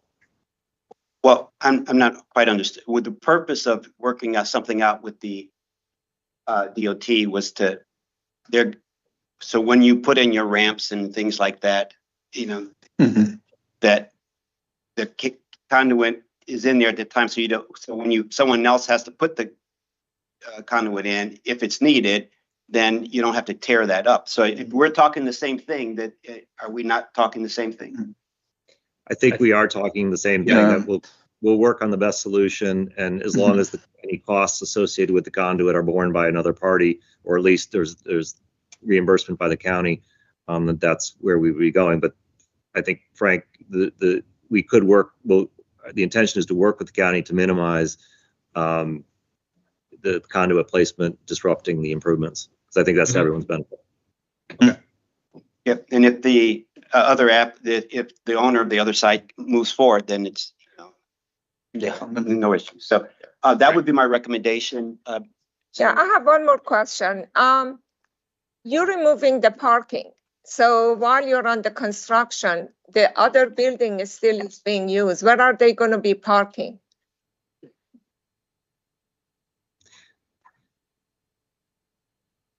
With the parking, that's the garage will go. Frank, why don't you explain how the phasing of potentially? Yeah, I'm not sure if Keith is on, but this site that is currently where the 7-story R&D building is will have parking associated with it. So it would be parking would be built as part of that, and then we would look for, during the construction period, a temporary solution for the parking. So I didn't understand. So during the construction, the people that they work in the existing Fisher building, they're going to park somewhere else? Correct. Unless we would try to accommodate the parking on the site, but if that's not possible, we would look for alternatives on a temporary basis. Okay. It's a relatively low generator of employees given the nature of it. I think that's, Frank, is that correct? Correct. Any other questions? Ms. Helmut, with what we worked out, or what we're recommending, that I think you get what you want the conduit in. I hope that this also works with you. It gives you some time to work out things, but are you okay with that? You're asking me? Yes. Yes, that's fine. Okay. Okay, great. So do I have a motion? Just really quick, I think one thing to make sure that we're all clear, right now, there is a condition in the DOT letter which requires the installation of the conduit. And so I believe what I'm hearing the board say is you're going to adopt the DOT letter as conditions of approval, except for that specific requirement. And instead, we're drafting a condition for the planning board's condition that states that the applicant will work with MCDOT to, again, try to arrange a refund of this improvement with the adjoining property owner. Yep. Is that the gist of what you're saying?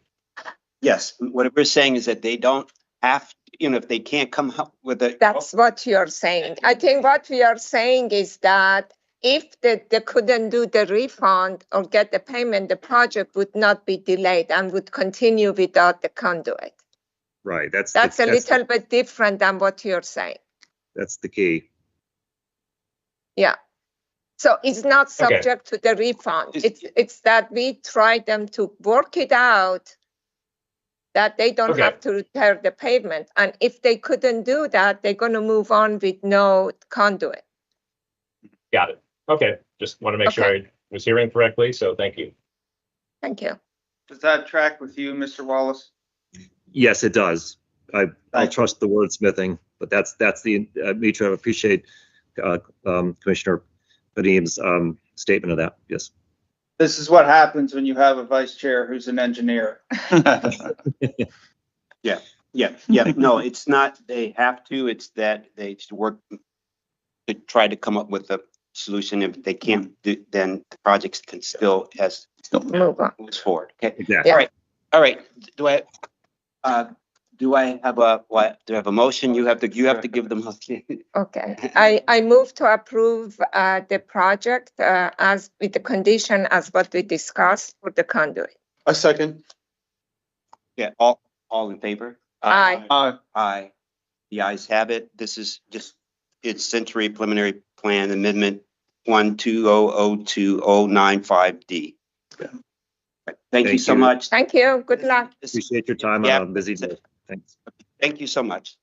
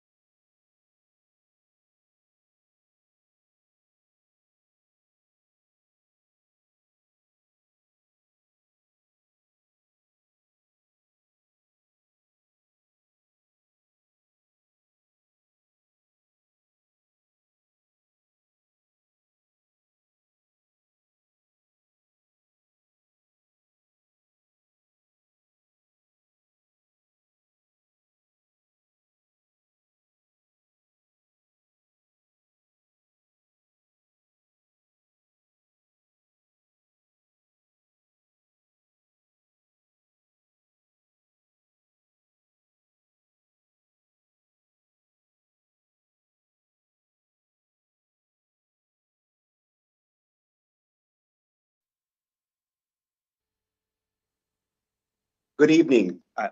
This is the master plan public hearing for the Great Seneca Plan, Connecting Life and Science, where staff is recommending receive public testimony on the public hearing draft of the Great Seneca Plan. We have 9 speakers tonight, and we'll get going. Yeah. Good evening, commissioners. My name is Maren Hill, and I'm the lead planner for the Great Seneca Plan, Connecting Life and Science. I'm going to read a statement for the record for the Great Seneca Plan public hearing that's being held today on 3/14/2024. This public hearing is for the Great Seneca Plan, which was advertised in the Washington Times on February 9th, 2024. The Great Seneca Plan public hearing draft plan is a comprehensive amendment to the 2010 Great Seneca Science Corridor Master Plan. It also amends Thrive Montgomery 2050 as amended, the 2018 Master Plan of Highways and Transitways as amended, the 2018 Bicycle Master Plan as amended, the 2021 Great Seneca Science Corridor Minor Master Plan Amendment, the 2022 Corridor Forward, the I-270 Transit Plan, and the 2023 Pedestrian Master Plan. Before we begin the public hearing, I need to make a note of the documents that will be entered into the public record. These include the 2010 Great Seneca Science Corridor Master Plan, the 2021 Great Seneca Science Corridor Minor Master Plan Amendment, the technical appendix for the Great Seneca Plan, which is a resource document and is not part of the master plan, the letter transmitting the public hearing draft plan to the County Council President, Andrew Friedson, on February 9th, 2024. The letters transmitting the public hearing draft to the County Executive, Mark Elrich, on February 9th, 2024. The letter transmitting the public hearing draft to Rockville Mayor Monique Ashton on February 9th, 2024.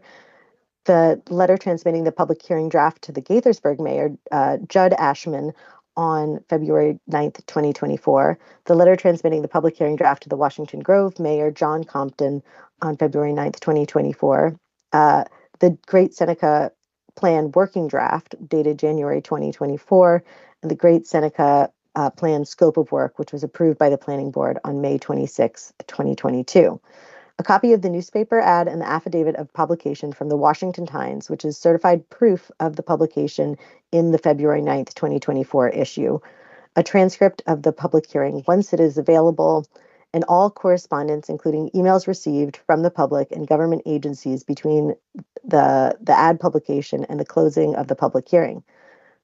And finally, the staff recommends that we are having the public hearing today, but that the public record remain open until March 21st, 2024 at the close of business. And that completes my statement for the public record. Thank you.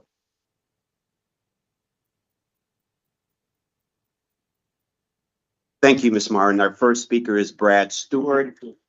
Welcome, Brad.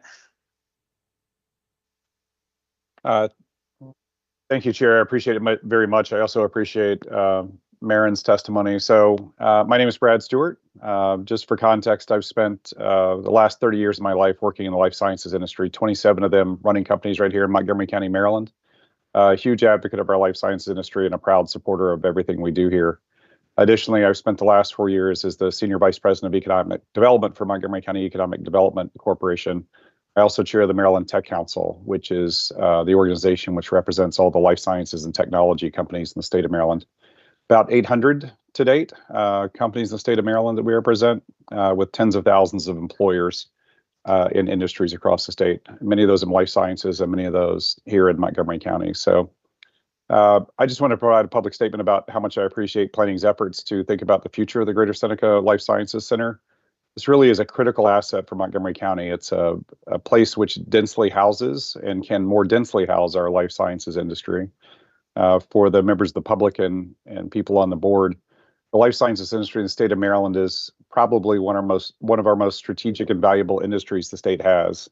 For context, in the state of Maryland, the average salary is $69,000 a year. In the life sciences industry in the state of Maryland, the average salary is $129,000 a year. So these are incredible life-changing jobs, well-paying jobs. They offer the opportunity for people to work on a global scale and bring therapies to people around the world to save and improve their lives. So this really is a critical thing for the state and the county to focus on and try and enable our partners who we'll talk later on this call about investments they want to make in the Greater Seneca Life Sciences Center to help this industry grow.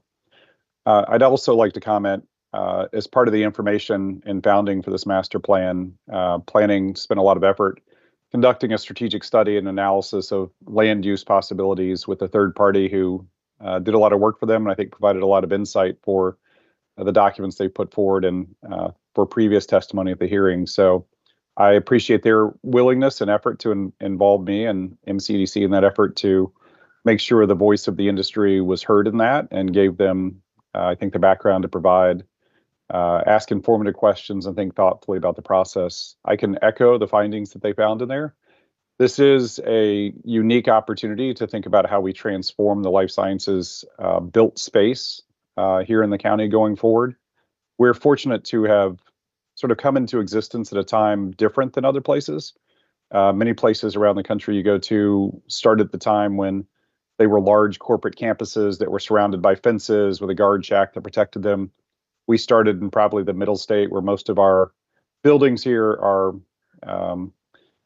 more suburban in nature, but also are ones which are at least not within a closed campus, but are typically separated by space, have large parking areas which separate them, and aren't tightly integrated into a community, either with their neighbors and peers in the life science industry or the community that surrounds them, as far as living, working, shopping, playing, and those sorts of things.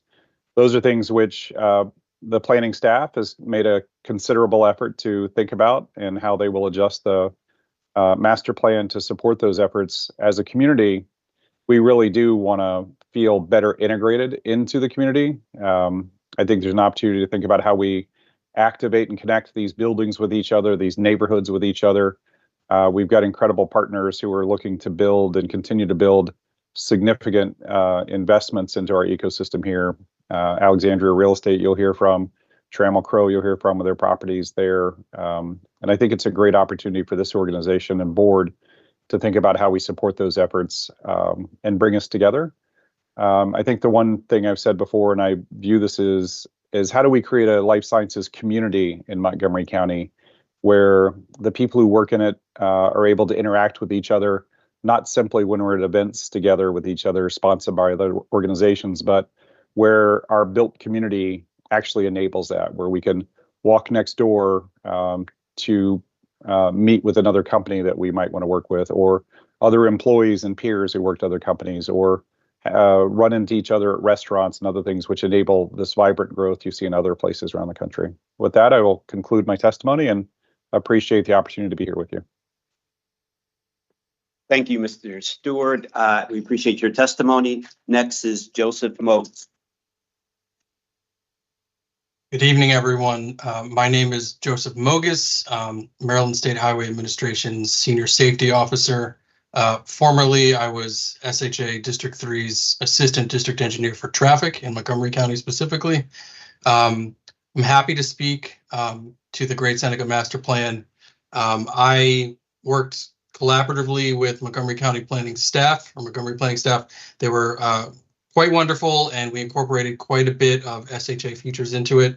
The Great Seneca Plan takes into consideration or incorporates a number of features and countermeasures in MDOT's Complete Streets policy and SHA's context-driven guidelines, while also encouraging mode shifts with transit facilities. The Maryland State Highway Administration supports this master plan, and I'll leave it at that. Thank you.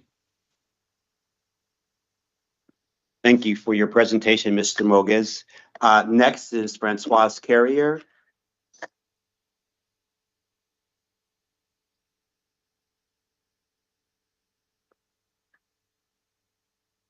Ms. Carrier, I think you're on mute. If you could take yourself off mute, we're all ready for you. That's really too bad because I was off to a brilliant start.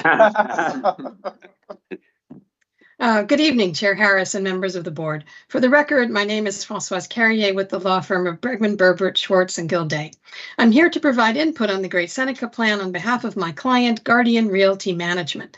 A Guardian affiliate owns an office building at the corner of Shady Grove Road and Research Boulevard in the life sciences area of the plan. Guardian is generally very pleased with the recommendations for its property in the working draft of the plan, including zoning, height, and density. I'll describe in my testimony 2 concerns that Guardian has, which I also outlined in a letter submitted earlier this month. To the west, this property abuts a grassy open space. It's a paper street. It was dedicated as a street some years ago, but never built. Guardian suggests that this grassy area should remain as a public open space and be improved with a path for pedestrians and bicyclists. A vehicular road at this location could attract high levels of cut-through traffic during the rush hour, turning an amenity into a commuter road and making it very difficult to get in and out of Guardian's property. A public open space and path could be a welcome extension of the pedestrian promenade that the working draft proposes along Key West Avenue, which is just adjacent to the south. This contribution to the pedestrian realm would have greater value for area businesses and residents than a tiny stretch of road. The working draft shows this paper road connecting to another proposed road on the far side of Research Boulevard on a property known as the Grove. The road proposed at the Grove goes right through a large parking garage and other structures.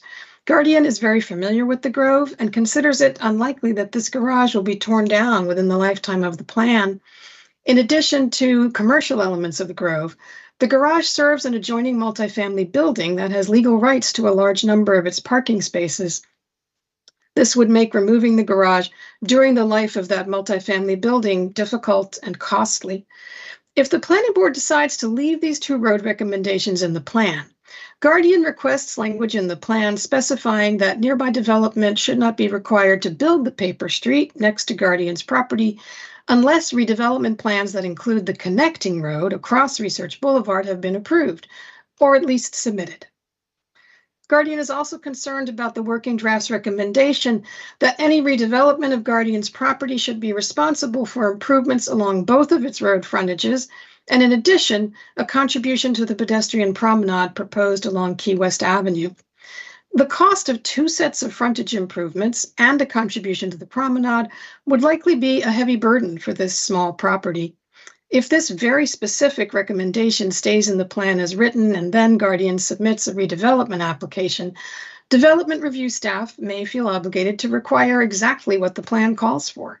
It's important for the plan to leave room for flexibility in the development review process. Guardian requests clarification in the plan that frontage improvements on both roads and a contribution to the Key West Promenade are desirable, but should be required only to the extent that their cost will be proportionate to the impact of the proposed development. Thank you for the opportunity to speak this evening. Guardian looks forward to working with you on completion of this plan and creating new opportunities in the Great Seneca area. Thank you for your presentation, Ms. Carrier. And next is Daniel Cochran. Good evening, Chair Harris and members of the Montgomery County Planning Board. I am Dan Cochran and serve as the president for Adventist Healthcare Shady Grove Medical Center, one of the largest landowners and employers in the Great Seneca Plan area. On behalf of the Evolving Medical Center, I'm pleased to comment on how the Great Seneca Plan may be improved to help the campus achieve critical healthcare objectives over the next few decades. Our primary goal is to preserve maximum flexibility in the Great Seneca Plan so that the medical center may adapt and grow in an ever-changing healthcare delivery system. The approximately 40-acre medical center campus is in the heart of the Life Sciences Center portion of the Great Seneca Plan. It is surrounded by Medical Center Drive, Brochart Road, and Blackwell Road Extended. The property is developed with 3 hospital structures: an acute care medical surgical hospital, an acute inpatient rehabilitation hospital, and a behavioral health specialty hospital. These hospitals are spread out throughout the campus and currently operate semi-autonomously. When we say semi-autonomously, what we mean is operationally they are distinctly different structures. They have their own support systems like cafeterias, kitchens, material receiving functions, to name a few. The future of healthcare and viable financial sustainability for hospitals requires us to lean these systems, and as such, the architecting of a campus master plan that supports economies of scale wherever possible. E.g., one kitchen, one loading dock, interconnections to have one imaging department supporting all 3 sets of patients without having to go outside, etc. In the campus master plan, these 3 hospital structures will become one large connected medical facility emanating from our main hospital in the core of the campus. The campus plan will also provide what the Great Seneca Plan calls an infill opportunity site on the northwest corner portion of the campus once the sprawling behavioral health hospital is relocated southward near the main hospital. The public hearing draft does not currently align with our anticipated campus growth plan regarding the recommended street framework. The Great Seneca Plan recommends 2 east-west vehicular connections through the campus, one through the opportunity site and the other directly through the anticipated expanded hospital facility. Only the opportunity site connection is feasible.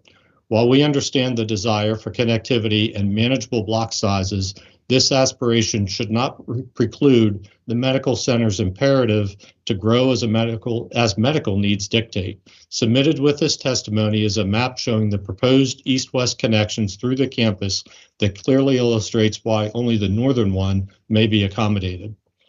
In addition to eliminating conflicting connections through the campus, the medical center seeks clarity on the Great Seneca Plan expectations regarding street widths, density, green coverage, urban design, and publicly accessible open spaces. We address these technical issues in an attachment submitted with the testimony. Overall, we wish to impress upon the planning board that the medical center has unique needs that cannot be addressed by the general vision for the Life Sciences Center. We support the effort to ensure that the Life Sciences Center continues as the premier location for the life sciences and biohealth industries in the county. However, the medical center's healthcare delivery mission and specializing building types distinguishes it from the other property owners, and its needs should be respected in the final version of the Great Seneca Plan. Thank you for the opportunity to share our perspective with you this evening. We look forward to working with you and your staff as the Great Seneca Plan evolves. Thank you, Mr. Cochran. Thank you for providing your perspective. Next is Robert Eisinger. Good evening, Chair Harris and members of the Planning Board. My name is Rob Eisinger, Director of Asset Management with ProMark Partners. We're the owners of 8 acres of land in the Life Science Center adjacent to the Adventist Hospital. Our property is improved with 2 medical office buildings with address 9711 and 9715 Medical Center Drive. I'd like to express 2 concerns we have regarding the current draft of the Great Seneca Master Plan. The first are the east-west road connections depicted in the plan, and the second relates to the zoning and allowable density for our site. Today, our buildings are physically connected to the hospital, and operationally, with many of the hospital's staff and patients in our building and going to and from our building, it's a critical link, a link that we anticipate will only expand in the future. For this reason, the issue of the proposed road connection is extremely important, and it's imperative that a planned road not create a physical barrier between our property and the hospital. We're concerned as well that the plan currently recommends 2 east-west 80-foot wide roads across our property. We believe this is unnecessary both from a vehicular capacity standpoint and from an environmental imperviousness standpoint. Requiring 2 connections significantly affects our ability to create buildable blocks, contrary to one of the plan's goals. We understand the plan's goal to create connectivity, but this goal must be realistic and work with the existing conditions.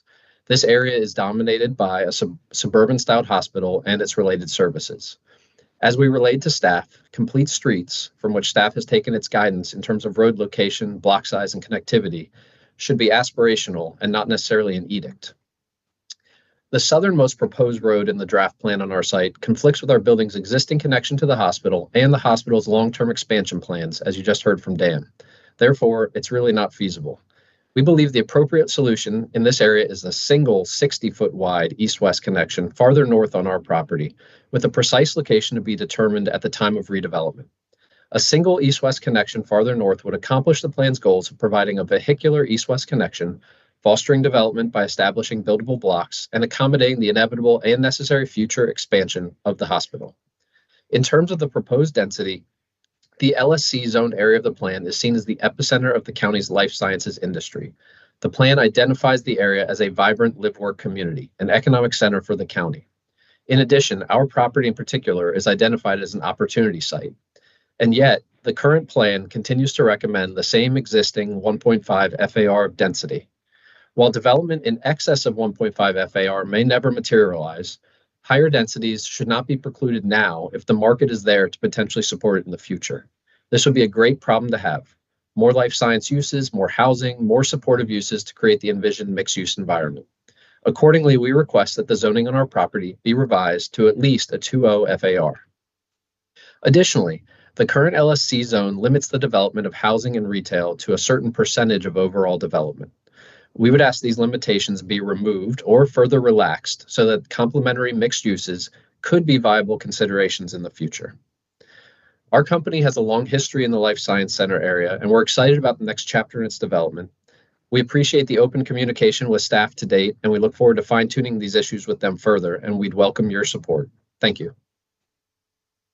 Thank you so much for your testimony, Mr. Eisinger. Next is Janet Rosenbaum.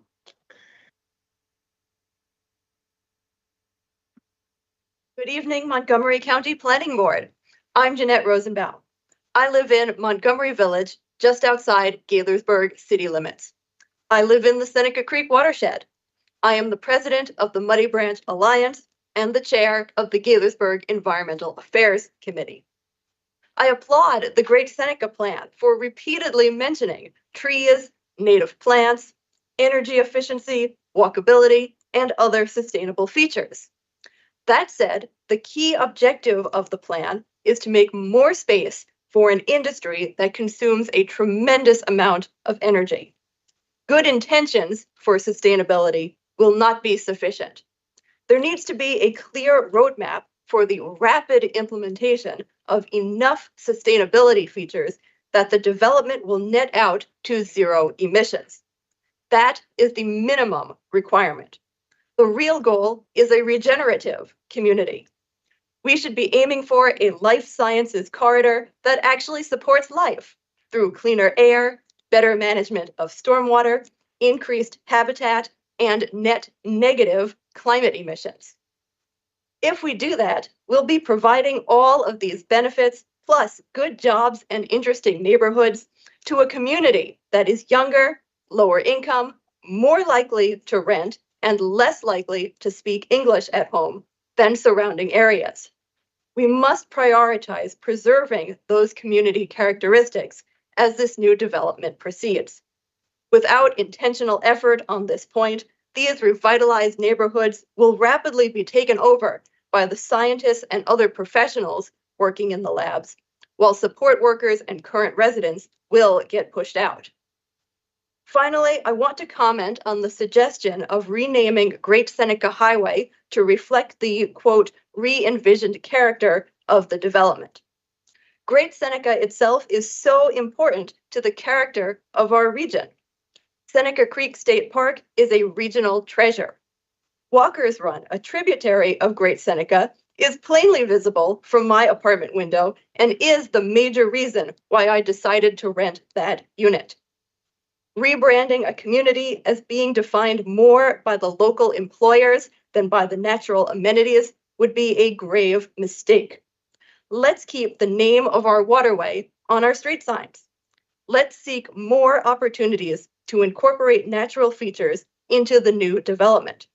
Let's make sure current and arriving residents have easy access to this beautiful greenway. Surely, people who have chosen to dedicate their careers to life sciences will be attracted to opportunities to enjoy the diverse and vibrant life that can be found in our stream corridor. Thank you for your time. Thank you, Ms. Rosenbaum. Next is Eric Fisher. Good evening, everyone, and Commissioner. For the record, I am Eric Fisher, Managing Director with Trammell Crow Company, TCC. Trammell Crow Company is the ground lessee of approximately 66.5 acres of land located in the northern portion of the Johns Hopkins University Bellward Research Campus, parenthetically the Bellward Campus, in the Life Sciences Center planning area of the master plan. The Planning Board recently approved a site plan for our property in 2023, site plan number 820-220-250, which allows for the future development of the TCC portion of the Bellward campus with up to 751,000 square feet of research and development, biotechnology offices, and laboratory uses, up to 6,000 square feet of retail use, and related amenities and infrastructure buildings, including the northern portion of the future Muddy Branch Park and the connecting segment of the Bellward Campus Drive. TCC supports the proposed master plan, and we appreciate the Montgomery County Planning Department's efforts to work with the community stakeholders to develop a comprehensive set of recommendations that will amend the existing 2010 Great Seneca Science Corridor Plan and guide development in the overall master plan area, including within Bellward Campus for the foreseeable future. The master plan appropriately reaffirms the Life Sciences Center as a vibrant sciences hub that will feature a range of land uses, transportation options, and amenities. Based on our experiences with potential tenants in this market, we believe that the delivery of amenities to serve the master plan area, and particularly the properties in proximity to the I-270 corridor, will be particularly important for attracting the kinds of quality employers to the Life Sciences Center that are required to achieve this vision. TCC also supports the specific recommendations submitted by our landlord, the Johns Hopkins University, through the letter submitted by their Land Use Council on March 12th, 2024. Among other things, these recommendations support the following. Number one, modifying applicable zoning regulations to broaden the range of land uses that are permitted in the Life Sciences Center. Two, removing the development staging requirements for the master plan area that apply to the currently applicable master plan. Three, including Bellward Campus with an expanded red transportation policy area based on the significant transportation improvements that will be created pursuant to the development approvals for the property. Four, ensuring that any new master plan recommendations for expanded green cover or parking lot tree canopy include appropriate legacy provisions for large sites such as the Bellward campus that are subject to existing development approvals. And five, ensuring that on-site forest covers may be included with any green cover calculations to address master plan goals. With respect to broadening the range of land uses that may be permitted on the Life Sciences Center properties, we believe that supporting increased flexibility to allow for uses that are ancillary to the biotechnology market, such as office, warehousing, or interim surface parking uses, for example, in addition to residential, would be a beneficial change. As you all know well, the biotechnology industry is ever evolving and is inherently subject to market and product cycles that give rise to different needs at different moments in time. By supporting a more robust range of land uses to facilitate life sciences operations, as well as associated revisions to the zoning ordinances, the master plan can help ensure that we will be able to adapt to changing market conditions over its duration, and that it will be sufficiently flexible to accommodate the needs of prospective employers as they come forward with specific intentions for the site.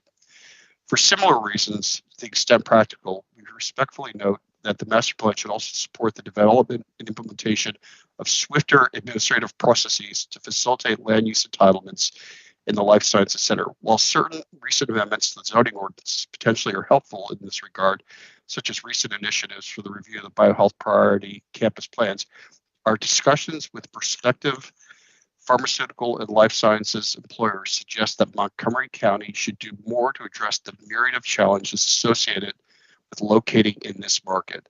By supporting this concept of fast-track approval processes similar to those enacted recently in states like North Carolina and Pennsylvania, the master plan could help facilitate regulatory changes that are needed to ensure that the county remains economically competitive and that its vision for the Life Sciences Center is able to be fulfilled. Based on our technical review, we also suggest that the additional clarifications be made to certain recommendations of the plan to provide dedicated transit lanes through Bellward campus for the Great Seneca Connector described in the 2022 Corridor Forward or I-270 transit plan. More specifically, the master plan should note that such dedicated transit lanes will be provided within the approved cross-section for Bellward Campus Drive as shown on the TCC certified site plan, either within the 50-foot median or on the road. This would make it clearer that additional dedications right away are not be needed to accommodate this alignment per our approved plan. We are providing suggested revisions as an addendum to this testimony. We thank you for your consideration of these comments and look forward to continued progress on the master plan. Thank you. Thank you, Mr. Fisher, for your comments. Next is Ann Kadimian. Good evening, everyone. I'm Ann Kadimian, Executive Director of the Universities at Shady Grove, or USG. I appreciate the opportunity to testify on the Great Seneca Plan, Connecting Life and Science, plan that advances the economic and physical growth, density, and development that is so important to the future of USG and the careers in the health, life sciences, and biotech industries that students graduating from programs at USG will pursue. A USG team member serves on the Implementation Advisory Committee for the Great Seneca Plan and provides regular engaged feedback. And USG has also held Implementation Advisory Committee meetings with stakeholders on the USG campus. And we are pleased to be a place that for convening for this important work. A few months ago, USG held the ground painting ceremony with MCDOT to celebrate the coming pink and green BRT lanes, again, part of the economic and physical growth and development that is important to the future of USG and our students. We appreciate the work and the leadership of the planning board and the staff in this ongoing work, and I thank you for the opportunity to testify. Thank you so much. And our last speaker is William DePippo. Please provide your presentation. Hey, good evening. Thank you very much for your time tonight. My name is William DePippo. I am the Senior Vice President for Alexandria Real Estate Mid-Atlantic Region. And as you might be aware, Alexandria is very active in implementing a real estate model, which we own, operate, and develop collaborative life sciences campuses in Montgomery County, and in particular the Life Sciences Center. Since 2019, Alexandria has developed almost 1 million square feet of biotech and lab uses in the county and is poised to add to its aggregate total of 1.6 million square feet in the coming years. We applaud the efforts of the team and to facilitate this growth in the Great Seneca Plan by lifting the current density cap that had previously been imposed on the area. The effort to create new development opportunities within publicly owned land is also laudable. That said, other aspects of the plan are concerning or do not facilitate the growth of life sciences used in the core area of the Life Science Center. For example, the plan seeks to encourage generally the implementation of new housing and mix of use within the Life Science Center. While we understand this as an aspirational goal, the plan needs to be very clear about the desired locations for housing opportunities and for the benefits of life science investors who would want this certainty. Similarly, the plan's recommendation for urban-style connectivity, including new streets and alleys, require immense operational coordination and multi-agency approvals that are not considered during master plan reviews. We otherwise fear that this added duration coordination required will add time to the regulatory approval process and create unpredictability in the fast-paced world of life science development. ARE advocates as a clear alternative for strong pedestrian connections between campus clusters to facilitate the biotech growth. Submitted with this testimony is a technical commentary of the plan issues that should be addressed or clarified as the Great Seneca Plan evolves. We look forward to discussing these issues with you and your planning staff in the coming weeks, and thank you very much for the opportunity to share with you our thoughts on the plan. Thank you, Mr. DePippo. So you're our last speaker. I just wanted to say on behalf of the board, we really appreciate and thank you for providing your testimony. It's really important for us to get your thoughts in order to make the best master plan as possible. And then before we end, I'd like to see if Ms. Hill has any parting comments. Just to thank everyone for their comments on the plan. We will be submitting with our next memo for our first work session with the planning board a summary of the testimony received as well as staff responses to the testimony. And thank you to the board as well. Well, this will end our planning board meeting for the day. Thank you so much. Good evening. Good evening.